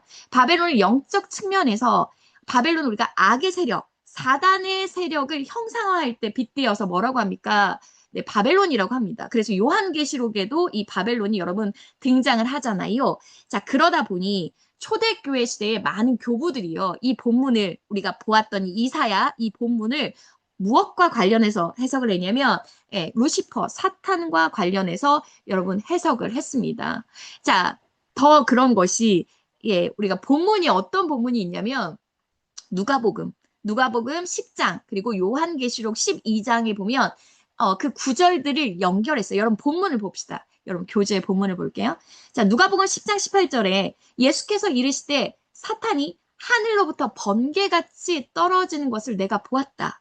그리고 계시록에는 폐에서 하늘에 있을 자를 얻지 못해요. 그래서 9절 내쫓겼습니다. 옛뱀 마귀 사탄이라고 하는 그 자가 땅으로 내쫓기니 그의 사자들도 그와 함께 내쫓겼느니라. 그래서 초대 교부들은 이 본문과 연결해가지고 이사야서 이 본문을 누구와 연결시켰다고요? 네, 바로 이 사탄과 연결해서 이 사탄이 땅에서 떨어지는 것으로 여러분 그렇게 해석을 했습니다.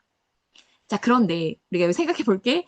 우리 지금 종교개혁이잖아요. 여러분, 개신교 종교개혁입니다. 그 종교개혁의 학자들은 이 본문, 이 이사야서 본문을 어떻게 해석을 했냐면 그 초대교회 교부들처럼 사탄이라고 해석하기에는 근거가 없다. 사탄과 연결시키기에는 근거가 희박하다라고 해석을 해서요. 별로 그 사탄과는 관련이 없다라고 결론을 내렸습니다. 특히 여러분, 예, 종교개혁의 아버지 칼빈이 종교개혁자들 그렇게 결론을 내렸습니다. 그래서 인간의 교만, 그러니까 바벨론 왕, 인간의 그 최고의 교만을 의미하는 거지 이게 천사들의 교만, 사단의 교만과는 관계가 없다라고 결론을 내렸습니다. 자, 그래서 우리가 이 본문, 이사야서 이 본문을 볼 때 사탄보다는 인간의 가장 교만, 그러니까 바벨론 왕의 교만을 이야기하는 거구나라고 여러분 했으면 좋겠습니다. 물론 뭐 더 넓은 의미, 더 영적인 더 측면에 보면 뭐 이게 꼭 틀렸다 그런 게 아니야. 사탄과 연결할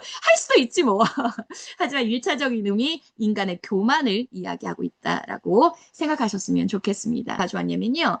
그럼 유대교에서 사탄에 대한 그 전승이 있어서 제가 참고 자료를 좀 가지고 왔습니다. 자, 유대교에서 사탄의 전승은 어떻게 내려오냐면 자, 7 천사장이 있다고 해요. 그 7 천사장 중에 한 명이 루시퍼예요. 우리가 알고 있는 천사장이 가브리엘도 있고 여러분 미가엘도 있습니다. 자, 그 중에 루시퍼도 있다고 합니다. 근데 루시퍼가 하나님의 그러니까 그 신임을 가장 많이 받고 그래서 가장 영화롭고 천사장 중에서도 영화롭고 높은 위치에 있는 천사장이었습니다. 근데 그가 자기의 아름다움에 사로잡혀서 자신도 하나님처럼 되지 못하는 이유가 없다고 생각하고 자기가 천사장이니까 자기가 거느리는 수종 천사들 데리고 하나님께 반역을 일으킨 거죠. 그래서 다른 천사장, 군대 천사장인 미가엘하고 싸움이 일어났는데 대패합니다. 그래서 지옥에 떨어지게 되었다라고 유대 전승에서는 전해지거든요. 네, 이것과 좀 우리가 생각해 보면 요한계시록도 우리가 연결이 될 수 있고, 그렇습니다. 그러니까 이렇게 참고로 좀 알고 계셨어 해도 좋을 것 같아요. 어쨌든 여기서 이사야서 본문 너 아침의 아들 계명성은 바벨론 왕의 교만함을 이야기합니다. 자, 그리고 12절 하반절에 보면 너 열국을 엎은 자와 똑같은 거죠. 바로 바벨론 왕을 이야기합니다. 자, 여기서 여러분 한번 저를 앞에 보시겠어요? 지금 12절부터 15절까지 우리가 본문을 보고 있어요. 자, 그런데 자, 지금 하늘에서 떨어졌다라고 하면서 이렇게 말한대요. 너는 속으로 이렇게 말한대요. 하늘로 올라가서 하늘의 별보다 더 높은 곳에 내 보좌를 세우겠다. 북쪽 끝에 있는 신들의 회의 장소 산꼭대기에 내가 앉겠다. 가장 높은 구름에 올라가서 지극히 높은 이와 같아지리라. 자, 그러나 이제 내가 맨 밑에 떨어짐을 당하였도다라고 하잖아요. 자, 이 비유죠. 이 비유는 어디에서부터 이사야가 가지고 왔냐면 여러분 가나안 신화를 바탕으로 한 겁니다. 가나안 신화를 바탕으로 한 거예요. 여기 지금 바벨론을 계명성에 지금 비유하잖아요. 근데 히브리어로 계명성은 헬렐입니다. 가나안 신화 중에 헬렐 신이 있어요, 여러분. 헬렐 신이. 자, 여러분 교재에도 제가 써놨습니다. 이 헬렐 신이 가나안의 최고의 신인 엘과 바알에게 반역을 꾀하다가 실패해서 지하 세계로 내려간 신이거든요. 그러니까 이게 반역한 게 아까 반역이 뭐냐면, 그러니까 이 헬렐 신이 북극 지폐의 산, 이게 그 가나안 신들의 회의 장소에 여기에 가장 높은 자리에 앉길 원했거든요. 자, 그래서 반역을 일으켰습니다. 근데 결국 지하 세계로 쫓겨났어요.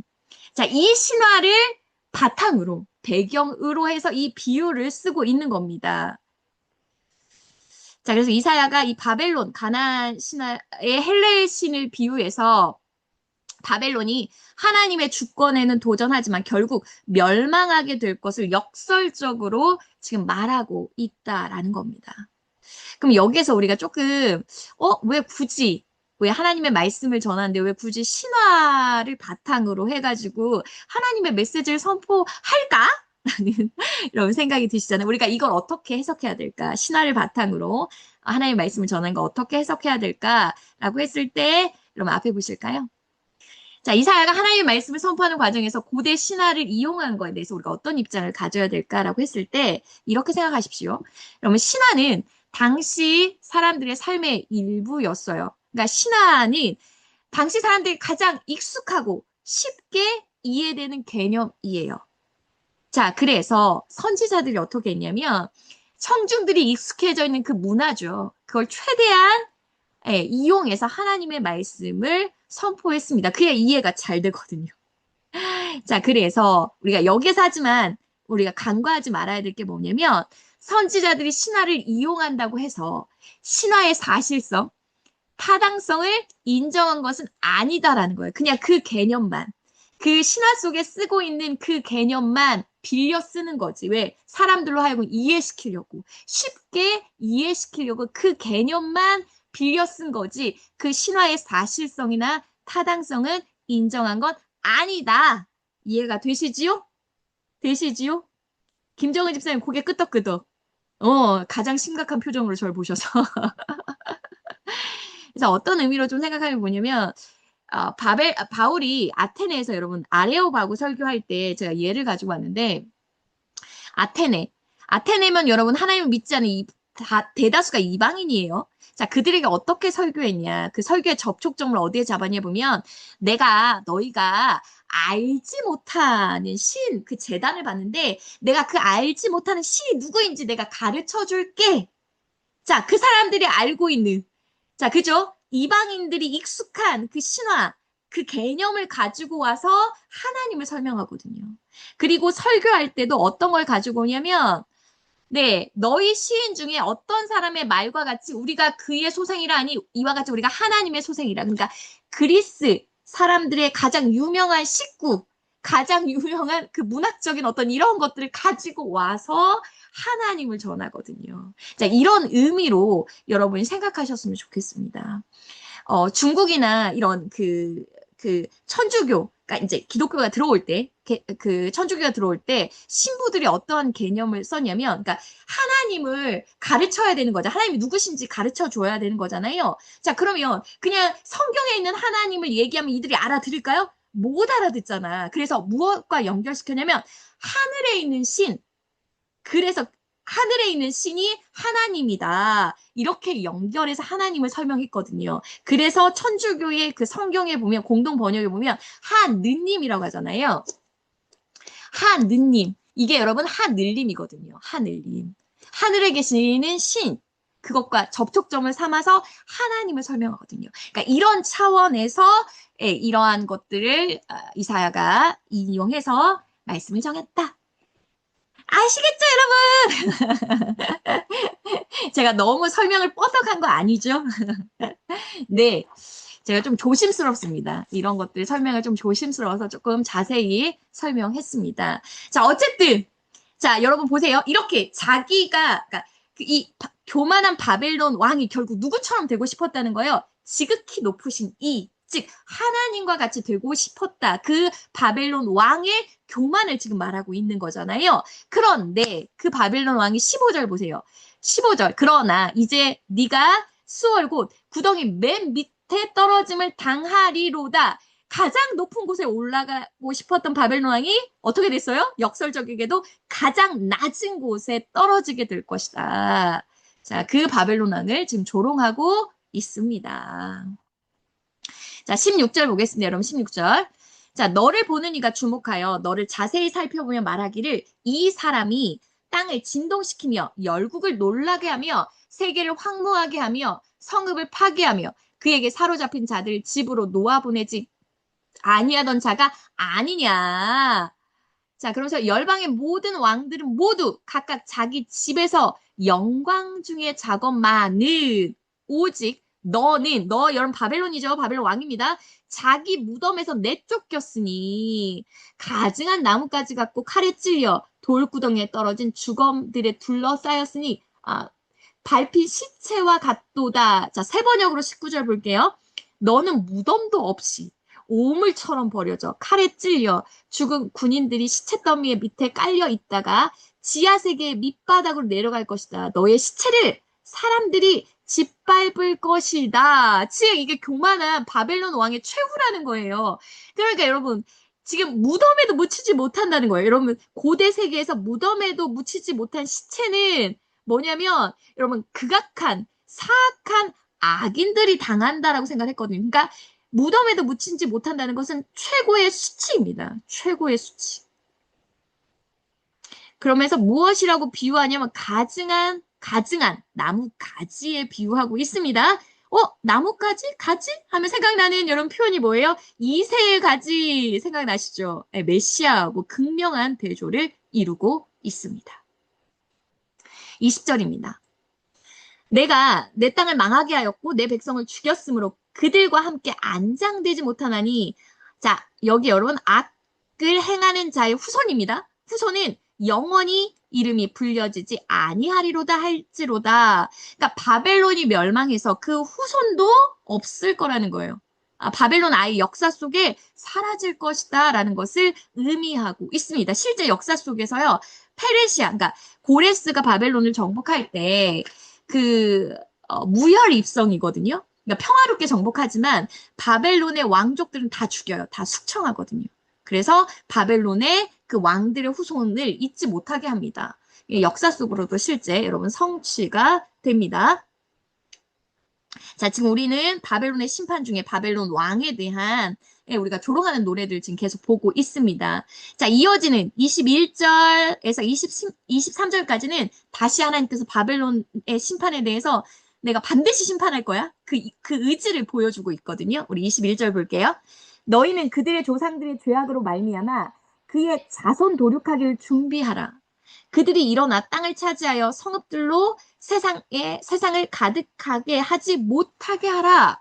22절 만군의 여호와께서 말씀하시되 내가 일어나 그들을 쳐서 이름, 남은 자, 아들, 후손을 바벨론에서 끊으리라. 나 여호와의 말이니라. 내가 또 그것이 고슴도치의 구렬, 물 웅덩이가 되게 하고 또 멸망의 빗자루로 청소하리라. 나 만군의 여호와의 말이니라. 여러분, 나 여호와 만군의 여호와의 말이 도장처럼 찍혀 있죠. 계속. 이 말은 뭐예요? 반드시 내가 바벨론, 내가 심판할 것이다 라는 것을 말씀하고 있는 거예요. 자, 그러면서 여러분 여기서 우리가 볼 게 뭐냐면 바벨론 왕의 그 죄악이 그 바벨론 왕에서 그치질 않았어요. 누구까지 갔습니까? 지금 그 후손까지 갔어요. 그 남은 자도 하나님이 끊으신다 말씀하셨거든요. 여러분 이게 죄의 영향력, 죄의 지배력입니다. 여러분 우리의 죄가 우리에게서 끝나지 않아요. 우리의 가정, 우리의 민족, 우리의 나라까지 그 영향력, 우리의 이웃까지, 교회까지 우리의 죄의 영향력, 그 지배력을 끼칠 수 있거든요. 죄의 영향력을 끼칠 수 있습니다. 그러니까 죄는 여러분 반드시 뭐 해야 돼요? 회개해야 됩니다. 반드시 회개해야 돼서 그 죄의 영향력을 끊어내셔야 됩니다. 그게 내가 살 길이고 우리의 가족이 살 길이고 우리의 교회, 이 나라, 이 민족이 여러분 살 길입니다. 여러분 24절부터 이제 바벨론의 심판까지 이제 23절 보았고요. 이제 24절은 뭐냐면 아수르에 대한 이제 심판이 나옵니다. 아수르. 근데 아수르의 심판은 우리 봤잖아요. 어디에서 봤습니까? 이사야 10장에서 아수르, 하나님의 심판의 도구인 아수르가 이제 하나님이 심판하실 것을 10장에서 봤는데 또 아수르의 심판을 말씀하십니다. 그러면 좀 다르겠구나. 심판의 초점이 좀 다르겠구나라는 생각이 여러분 드시죠? 먼저 이거 보고 말씀 들어갈게요. 자, 보세요. 첫 번째, 이사야 10장 5절부터 19절까지의 아수르의 심판은 어디에 초점이 맞추어져 있냐면 여호와의 심판의 도구로서 아수르가 그 선을 넘어버렸잖아요. 그러니까 하나님께서 아수르의 교만, 그 죄악에 초점을 맞추어서 아수르 심판한다 말씀하셨거든요. 그런데 여기 14장에서 아수르의 심판은 뭐냐? 그 초점은 뭐냐? 역사의 주관자이신 여호와께서 여호와의 그 역사가 반드시 실현된다. 그러니까 여호와의 계획, 여호와의 뜻하심이 반드시 이루어진다라는 측면에서 아수르의 심판을 말씀하십니다. 자, 말씀 들어가 볼게요. 24절 보겠습니다. 자, 만군의 여호와께서 맹세하여 이르시되 내가 생각한 것, 자, 생각한 것 여러분 세 번역 보시면 내가 계획한 거예요. 하나님의 계획입니다. 내가 생각한 것이 반드시 되며 내가 경영한 것을 반드시 이루리라. 자, 여기에 경영의 여러분 밑줄 짝. 자, 생각 밑줄, 경영의 밑줄 아니면 동그라미 표시해 보세요. 자, 하나님의 계획한 것 반드시 되며 하나님이 경영하신 것을 반드시 이루겠다 말씀하셨어요. 그러면 하나님의 계획하심이 뭐지? 하나님의 경영이 뭐지? 라고 했을 때 25절입니다. 내가 아수르를 나의 땅에서 파며 나의 산에서 그것을 짓밟으리니 즉 아수르 심판하시는 게 하나님의 계획이구나. 하나님의 경영이구나. 알 수 있죠. 또 한 가지가 더 있습니다. 자, 그때에, 그러니까 아수르를 심판하는 그때에 그의 멍에가 이스라엘에게서 떠나고 그의 짐이 그들의 어깨에서 벗어질 것이다. 즉, 아수르의 심판과 연결되는 건 이스라엘의 회복입니다. 즉, 하나님의 계획은 뭐예요? 하나님의 역사의 경영은 뭐예요? 아수르를 심판하시고 이스라엘 회복하는 거라는 겁니다. 회복하는 거예요. 이해되셨죠? 26절입니다. 계속 이어집니다. 26절. 이것은, 그러니까 이 계획은 온 세계를 향한 경영, 밑줄. 이것이 열방을 향하여 편손이라. 여기서 여러분 열방을 향한 편손은 밑에 세 번역에 보니까 심판입니다. 모든 민족을 심판하시겠다 말씀하세요. 27절. 만군의 여호와께서 경영하셨은지 경영의 밑줄 짝. 누가 능히 그것을 패하며 그의 손을 펴셨은즉 심판입니다. 누가 능히 그것을 돌이키리라. 그러니까 하나님께서 하나님의 계획, 하나님의 경영은 반드시 이루어진다는 거예요.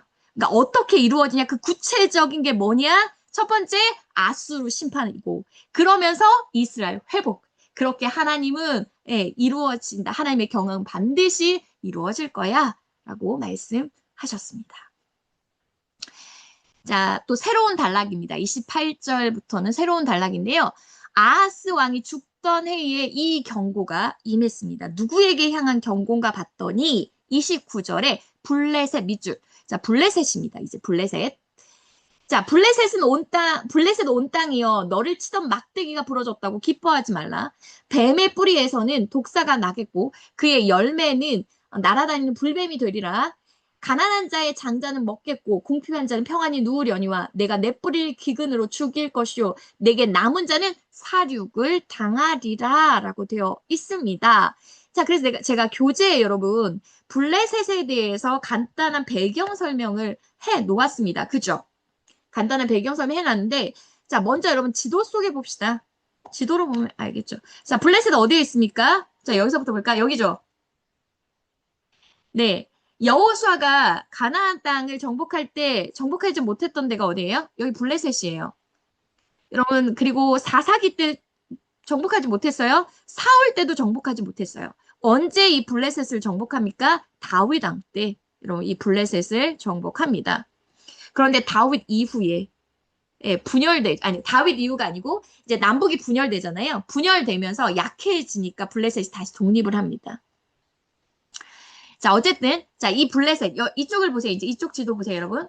자, 블레셋은 여러분 5개의 도시국가로 연합되어 있습니다. 5개의 도시국가. 그래서 아스돗, 가드, 아스글론, 가사, 에그론이 하나 빠졌어요. 여기 에그론. 그래서 5개의 도시 연합국가다라고 여러분 생각하시면 되겠습니다. 자, 이 블레셋이요. 여러분 교재에 보시면 하나, 둘, 셋, 넷, 5번째에 보시면 아수르 디글라 빌레셋 3세 보이십니까? 자, 이때부터예요. 아수르 디글라 빌레셋 3세 정복주의 정책이잖아요. 정복해 오잖아요. 그러니까 이때 블레셋도 어떻게 하고 있어요? 네, 긴장할 수밖에 없었어요. 왜냐하면 압력이 계속 오거든요. 자, 그러다가 자, 그 뒤에 이제 아수르 디글라 빌레셋 3세 그 아들 살마넷의 그 5세 때에 그 10년 동안 아수르가 내분, 그러니까 왕권 다툼이 일어나거든요. 자, 그러다 보니 이때 블레셋이 반역을 합니다. 그런데 이제 사르곤 2세가 왕권을 확립한 후에 이 반역한 블레셋을 여러분 진압해요. 그리고 그 아들 사네립 때는 아예 그냥 블레셋을 지도 속에서 지워버립니다. 멸망시켜버려요. 자, 이 배경 가지고 들어갑니다. 자, 29절 보세요. 자, 너를 치던 막대기는 여러분 누구냐면 현대어 성경 볼까요? 밑에 현대어 보면 너를 친 아수르의 막대기는 누구예요? 디글라 빌레셀 나오죠. 네, 아수르의 디글라 빌레셀입니다. 자, 근데 걔가 죽었다고 기뻐하지 말아라 합니다. 자, 뱀의 뿌리는 여러분 디글라 빌레셀입니다. 그리고 독사. 자, 뱀의 뿌리에서 독사는 누구를 얘기하냐면 사르곤입니다. 여러분 사르곤 2세예요. 사르곤 2세. 자, 사르곤 2세가 왕권 확립하고 반역한 블레셋 진압했다고 했잖아요. 자, 그리고 그 다음에 그의 열매가 불뱀 있죠. 불뱀은 누굴까요? 사네립입니다. 왜냐하면 사네립이 블레셋을 아예 멸망시켰거든요. 자, 이렇게 역사 속에 이렇게 대입해서 알고 있어도 여러분 괜찮을 것 같습니다. 자, 이렇게 블레셋은 여러분 아수르에서 이렇게 철저하게 멸망당합니다. 자, 그러나 30절. 자, 가난한 자의 장자는 먹겠고 궁핍한 자는 평안히 누우려니와 여기서 가난한 자, 자, 현대어 보세요. 누구를 가리키냐면 이스라엘 백성입니다. 그러니까 가난한 자, 궁핍한 자는 다 이스라엘 백성을 가리킵니다. 그러니까 블레셋의 멸망은 무엇과 연관되냐? 이스라엘의 회복과 연관됨을 우리가 알 수 있습니다. 우리가 앞에서도 아수르의 심판은 이스라엘 회복이다. 바벨론의 심판은 이스라엘 회복이다. 무슨 얘기인지 알겠죠? 세상 나라에 대한 심판은 곧 이스라엘 하나님 나라의 회복이다. 이렇게 연결시키면 여러분 될 것 같아요. 블레셋 멸망하지만 하나님 이스라엘은 회복시켜 주신다는 겁니다. 자, 31절입니다. 자, 31절. 성문이여 슬피 울어라. 성문이여 부르짖어라. 왜요? 너 블레셋이여 다 소멸되리로다.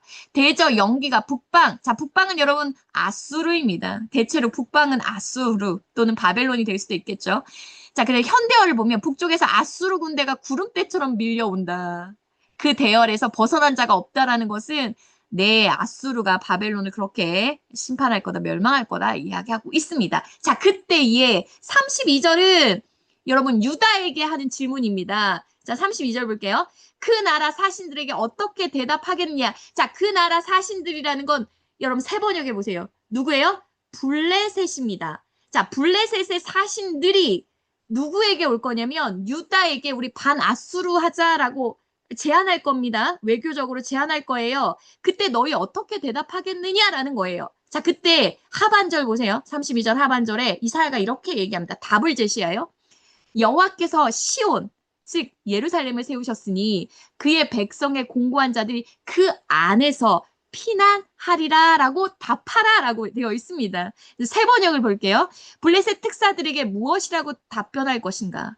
주님께서 시온을 세우셨으니 고통당하던 그의 백성이 그리로 피한다 하고 답변하여라. 자, 즉 이사야가 하고 싶은 말은 뭐예요? 친아수르도 아니다. 그리고 블레셋과 함께 반아수르도 아니다. 너희는 오직 누구를 의지해라? 여호와 하나님만을 의지해라. 그러면 이 모든 어려움에서 벗어날 수 있다라고 말하는 겁니다. 자, 바벨론 대한 심판입니다. 우리 뭐 봤냐면 이스라엘 회복봤어요. 그리고 바벨론 왕에 대한 애가, 즉 바벨론 왕을 조롱하는 노래들을 보았고요. 그리고 아수르에 대한 심판 보았고요. 그리고 블레셋의 멸망 예언도 우리 14장에서 보았습니다. 우리 얼른 15장으로 넘어가도록 하겠습니다. 자, 15장은 여러분 모압이에요. 모압에 대한 심판입니다. 그래서 내용 여러분 구조를 보시면 자, 첫 번째는 모압의 슬픔이고요. 그리고 5절부터 9절까지는 모압을 향한 하나님의 슬픔을 담고 있습니다. 자, 먼저 모압이 어디에 위치해 있는지 그 위치를 확인해 보도록 하겠습니다. 지도가 네, 여러분 여기 보세요. 자, 모압이 어디에 있어요? 여기 보이시나요? 여기 모압? 네, 모압 보이시나요? 자, 모압의 경계는 여러분 그 나라의 경계는 강을 경계로 해서 되거든요. 대체로 여기가 아르논강이 있어요. 아르논강. 그리고 여기가 세렛강이 있습니다. 그래서 세렛강은 에돔과 모압의 국경선이에요. 자, 그리고 아르논강 위에 여러분 여기가 무슨 지파게요? 여기가 루벤 지파입니다. 예, 루벤 지파. 그리고 여기가 갓 지파. 그리고 여기가 므낫셋. 기억나시죠? 그리고 여기가 암몬이 있습니다. 이쪽에 암몬. 여기가 모압입니다. 여기가 모압. 자, 어디 있을지 모압 어디 있는지 여러분 위치 확인합니다. 자, 그리고 여러분 교재를 보세요. 자, 교재를 보셔도 되고요. 그냥 교재 보세요. 자, 교재 보시면 자, 이 모압이 어떻게 생겨났을까부터 보도록 하겠습니다. 자, 아브라함이 약속의 땅을 향해 떠날 때, 롯이요, 삼촌 아브라함을 따라 나서잖아요. 기억이 나시죠? 삼촌 아브라함을 따라 나서요. 자, 그런데 복을 너무 많이 받았어. 그 싸움이 일어났네. 갈라섭니다. 이때 롯이 선택했던 땅이 어디예요? 소돔입니다. 자, 그런데 하나님께서 소돔이 너무 죄악이 커가지고 심판하시잖아요. 자, 그때 아브라함의 중보 기도를 통해서 이 롯과 두 딸이 소돔에서 탈출해서 소알이라는 땅으로 피난하죠. 자, 근데 두 딸이 아버지 롯을 술 취하게 해서 결국 아들을 낳잖아요. 그래서 큰 딸이 낳은 아들이 모압입니다. 그래서 모압 자손의 조상이 되고요. 둘째 딸이 낳은 아들이 베암미라고 해서 암몬 자손의 조상이 됩니다. 그러니까 여기서 두 민족이 나왔어요. 모압과 암몬 족속이 여기 롯에게서 나온 겁니다. 자, 그런데 이 모압이 여러분 모압을 우리가 구약 성경에서 보면 이제 하나님께서 이스라엘 출애굽시켜가지고 이제 가나안 땅에 들여보내실 때 하나님이 뭐라고 말씀하시냐면 너희 모압 암몬하고 싸우지 말라고 말씀하세요. 걔네들을 전쟁하지 말고 그 땅 너희 차지하지 마. 왜? 그 나라가 형제의 나라다. 그죠? 아브라함의 조카니까 너의 형제잖아요. 그러니까 그 나라를 모압하고 전쟁하지 말라라고 말씀하셨어요. 자, 그 사건이 있었고 또 근데 여러분 이 배은망덕하게도 모압이 어떠한 짓을 하냐면 발락 기억나세요? 모압 왕 발락? 누굴 데려옵니까? 발람 선지자 데려와가지고 저주하잖아요. 이게 실패하자 발람 선지자가 꾀를 주죠. 바알보올 사건이 바로 그 사건입니다. 이스라엘을 죄짓게 하잖아요. 오히려 죄를 짓게 하는 이런 죄악을 모압이 이스라엘에게 저질렀습니다. 그리고 여러분 4사 시대 때는 이 모압이요. 이스라엘을 18년 동안 다스려요. 이때 사사 왼손잡이 에웃을 세우셔서 이스라엘의 평화를 찾게 하시죠. 그리고 놀라운 역사가 누가 있어요? 모압 여인 룻이 여기에서 여러분 나오잖아요. 룻. 다윗의 후손이 되는 증조할머니가 되는 룻의 이야기도 있고요. 그리고 이 모압이 다윗 때, 그러니까 다윗 때 다 정복하잖아요. 다윗 때에 정복돼요. 속국이었는데 분열 왕국에서 이게 세력이 약해지니까 이스라엘이 유다가 세력이 약해지니까 이때 독립하거든요. 예, 그래서 독립됩니다. 근데 여기에서 우리가 하나 짚을 게 있어요.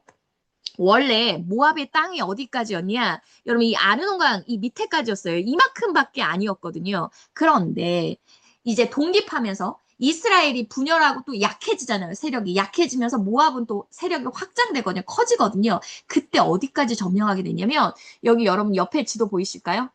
예, 아르논강 여러분 여기 밑에 있어요. 아르논강 여기 밑에 있어. 자, 그런데 모압이 어디까지예요? 이 아르논강 이 위에까지예요. 여기까지 다 차지하거든요.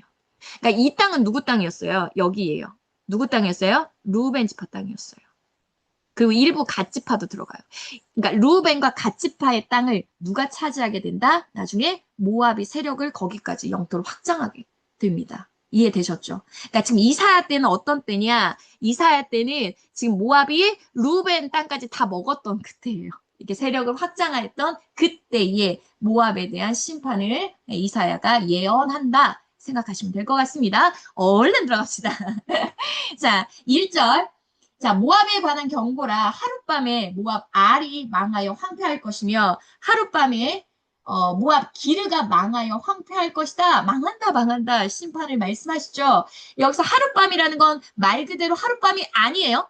갑작스럽게 신속하게라는 뜻입니다. 그러니까 눈 깜짝할 사이에 신속하게 모압이 망할 것이다. 라는 예언을 하고 있습니다. 여기서 도시가 나오죠. 알과 기르라는 도시는 모압의 대표적인 도시다라고 생각하면 됩니다. 자, 그러니까 대표적인 두 곳을 얘기한다는 건 즉 모압 전체가 망한다는 얘기예요. 2절 보겠습니다. 바잇. 여러분 바잇 우리말 성경 보세요. 바잇을 뭐라고 번역했냐면 신전입니다. 바잇 자체가 여러분 신전이란 뜻이에요. 근데 그리고 디본 산당이라고 했습니다. 디본 산당에 이들이 올라가가지고, 그러니까 신전에 올라간다는 거죠. 산당이라는 거 신전이라는 거니까. 신전에 올라가서 이들이 온다는 거예요. 자, 누구를 위해서? 르보와 메드바 도시입니다. 위하여 통곡하는도다. 그들이 각각 머리카락을 밀고 각각 수염을 깎았으며 거리에서 굵은 배를 몸에 동하였으며 지방과 넓은 곳에서 각기 애통하며 심히 운다. 지금 애통과 통곡과 막 이런 게 나오죠. 어디에 올라가서? 그들의 신전에 올라가서. 그래서 여러분 디본이라는 건 여러분 모압의 수도라고 생각하면 됩니다. 그러니까 디본 산당이라는 건 수도에 있는 신전이에요. 자, 모압이 섬기는 신이 민족 신이 여러분 그모스였습니다. 그러니까 그모스 신전이 있는 그곳에서 그 신전에 올라가 온다는 거죠. 그러니까 이 그모스 신전, 그러니까 디본의 산당은 어디하고 무게 중심이 가냐면 예루살렘의 여호와의 성전과 같다고 생각하면 됩니다. 그러니까 그곳에 이들이 올라가가지고 나라를 그러니까 모압의 멸망 때문에 이들이 통곡한다. 라는 이야기를 하고 있습니다. 그래서 그 통곡의 행위, 그 슬픔, 애곡의 행위, 그 상징적인 행위가 뭐예요? 머리카락을 밀고 수염을 깎고 그 다음에 굵은 배, 여기서 굵은 배라는 건 여러분 삼배로 만든 우리 식으로 얘기하면 상복입니다. 죽을 때 그리고 국가가 패망했을 때 입는 옷입니다.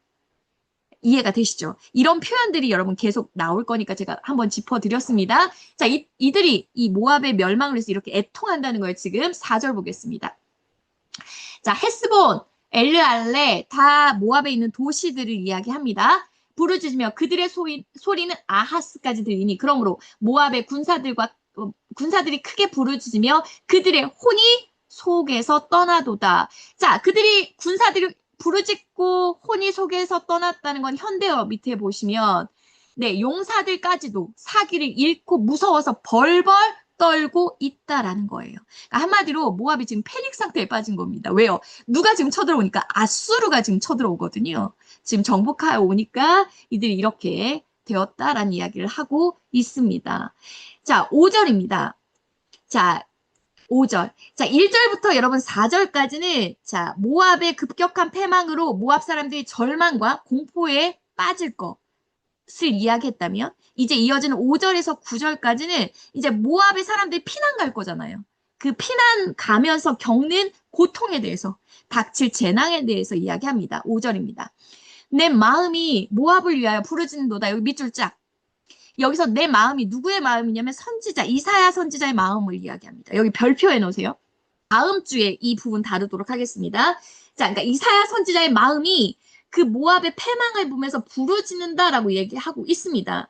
그 피난민들은 소알, 에글라, 슬리시아까지 이르고 울며 루이 비탈길을 올라가며 호르나임 길에서 패망을 울부짖는다라고 이야기하고 있네요. 현대어로 보겠습니다. 현대어 성경 밑에 현대어로 내 마음속에서도 모압을 살리고자 부르짖는다. 벌써 사해 북단의 소알까지 도주한 이들도 있고 에글라 슬라시아까지 피난한 이들도 있고 남쪽의 에돔으로 도망한 이들은 루이 고개를 울면서 올라가고 호르나임으로 가는 길에서 망국의 비명이 파도치는도다. 자, 앞에 보실까요?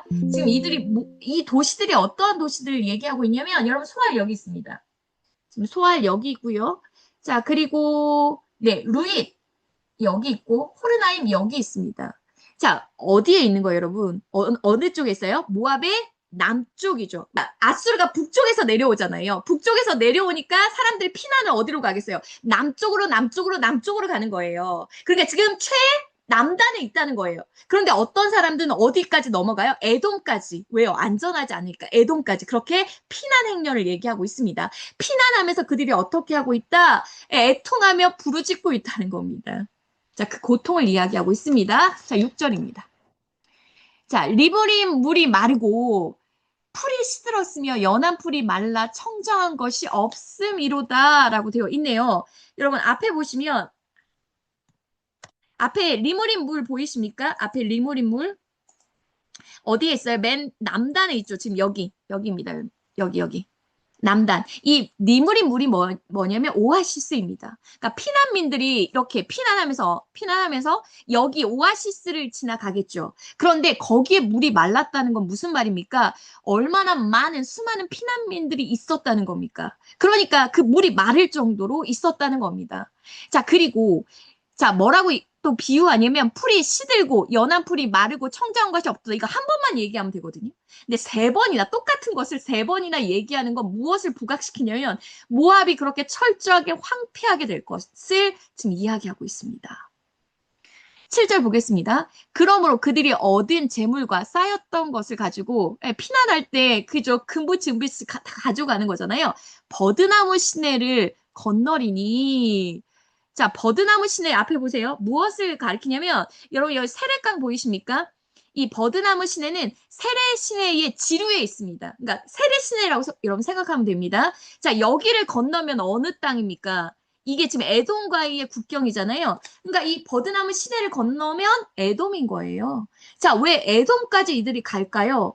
모압에 있는 거, 그러니까 모압 맨 아래 최남단에 있는 것도 안전하지가 않기 때문에요. 그래서 아예 다른 나라, 이방 나라 에돔으로 피난을 간다는 겁니다. 그래서 여러분 밑에 현대어 보면 이리하여 애써 모은 재물과 보관해 오던 것을 가지고 저마다 버드나무 시내물을 건너서 에돔으로 피난 간다는 거예요. 자, 이렇게 아수르가 지금 이 온 모압을 지금 다 정복하고 있구나라는 거, 정복해 들어와 있구나라는 게 느껴지시죠? 그래서 8절입니다. 자, 이는 왜 에돔으로 넘어갈 수밖에 없냐?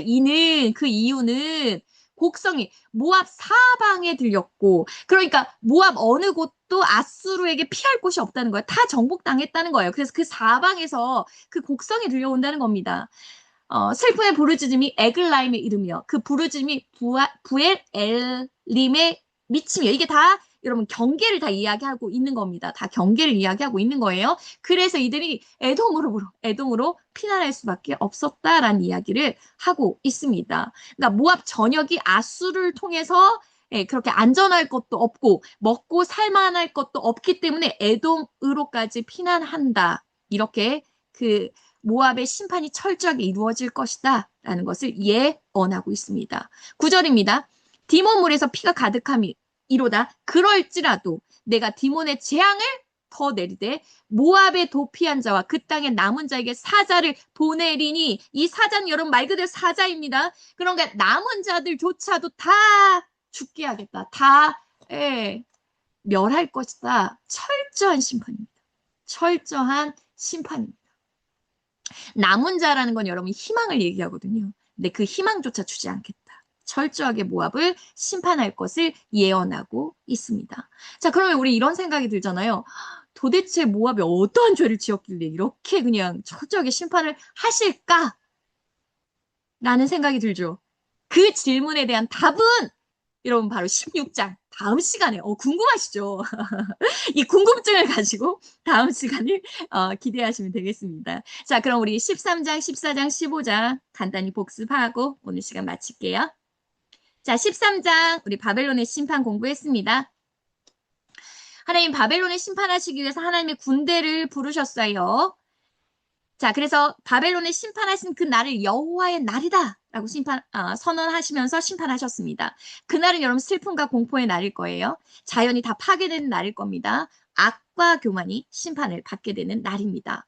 누구를 통해서? 메대를 통해서 내가 바벨론 심판하겠다. 소돔과 고모라처럼 심판하겠다. 그래서 이게 야생동물의 거주지가 될 정도로 철저하게 바벨론 심판하겠다 말씀하셨습니다.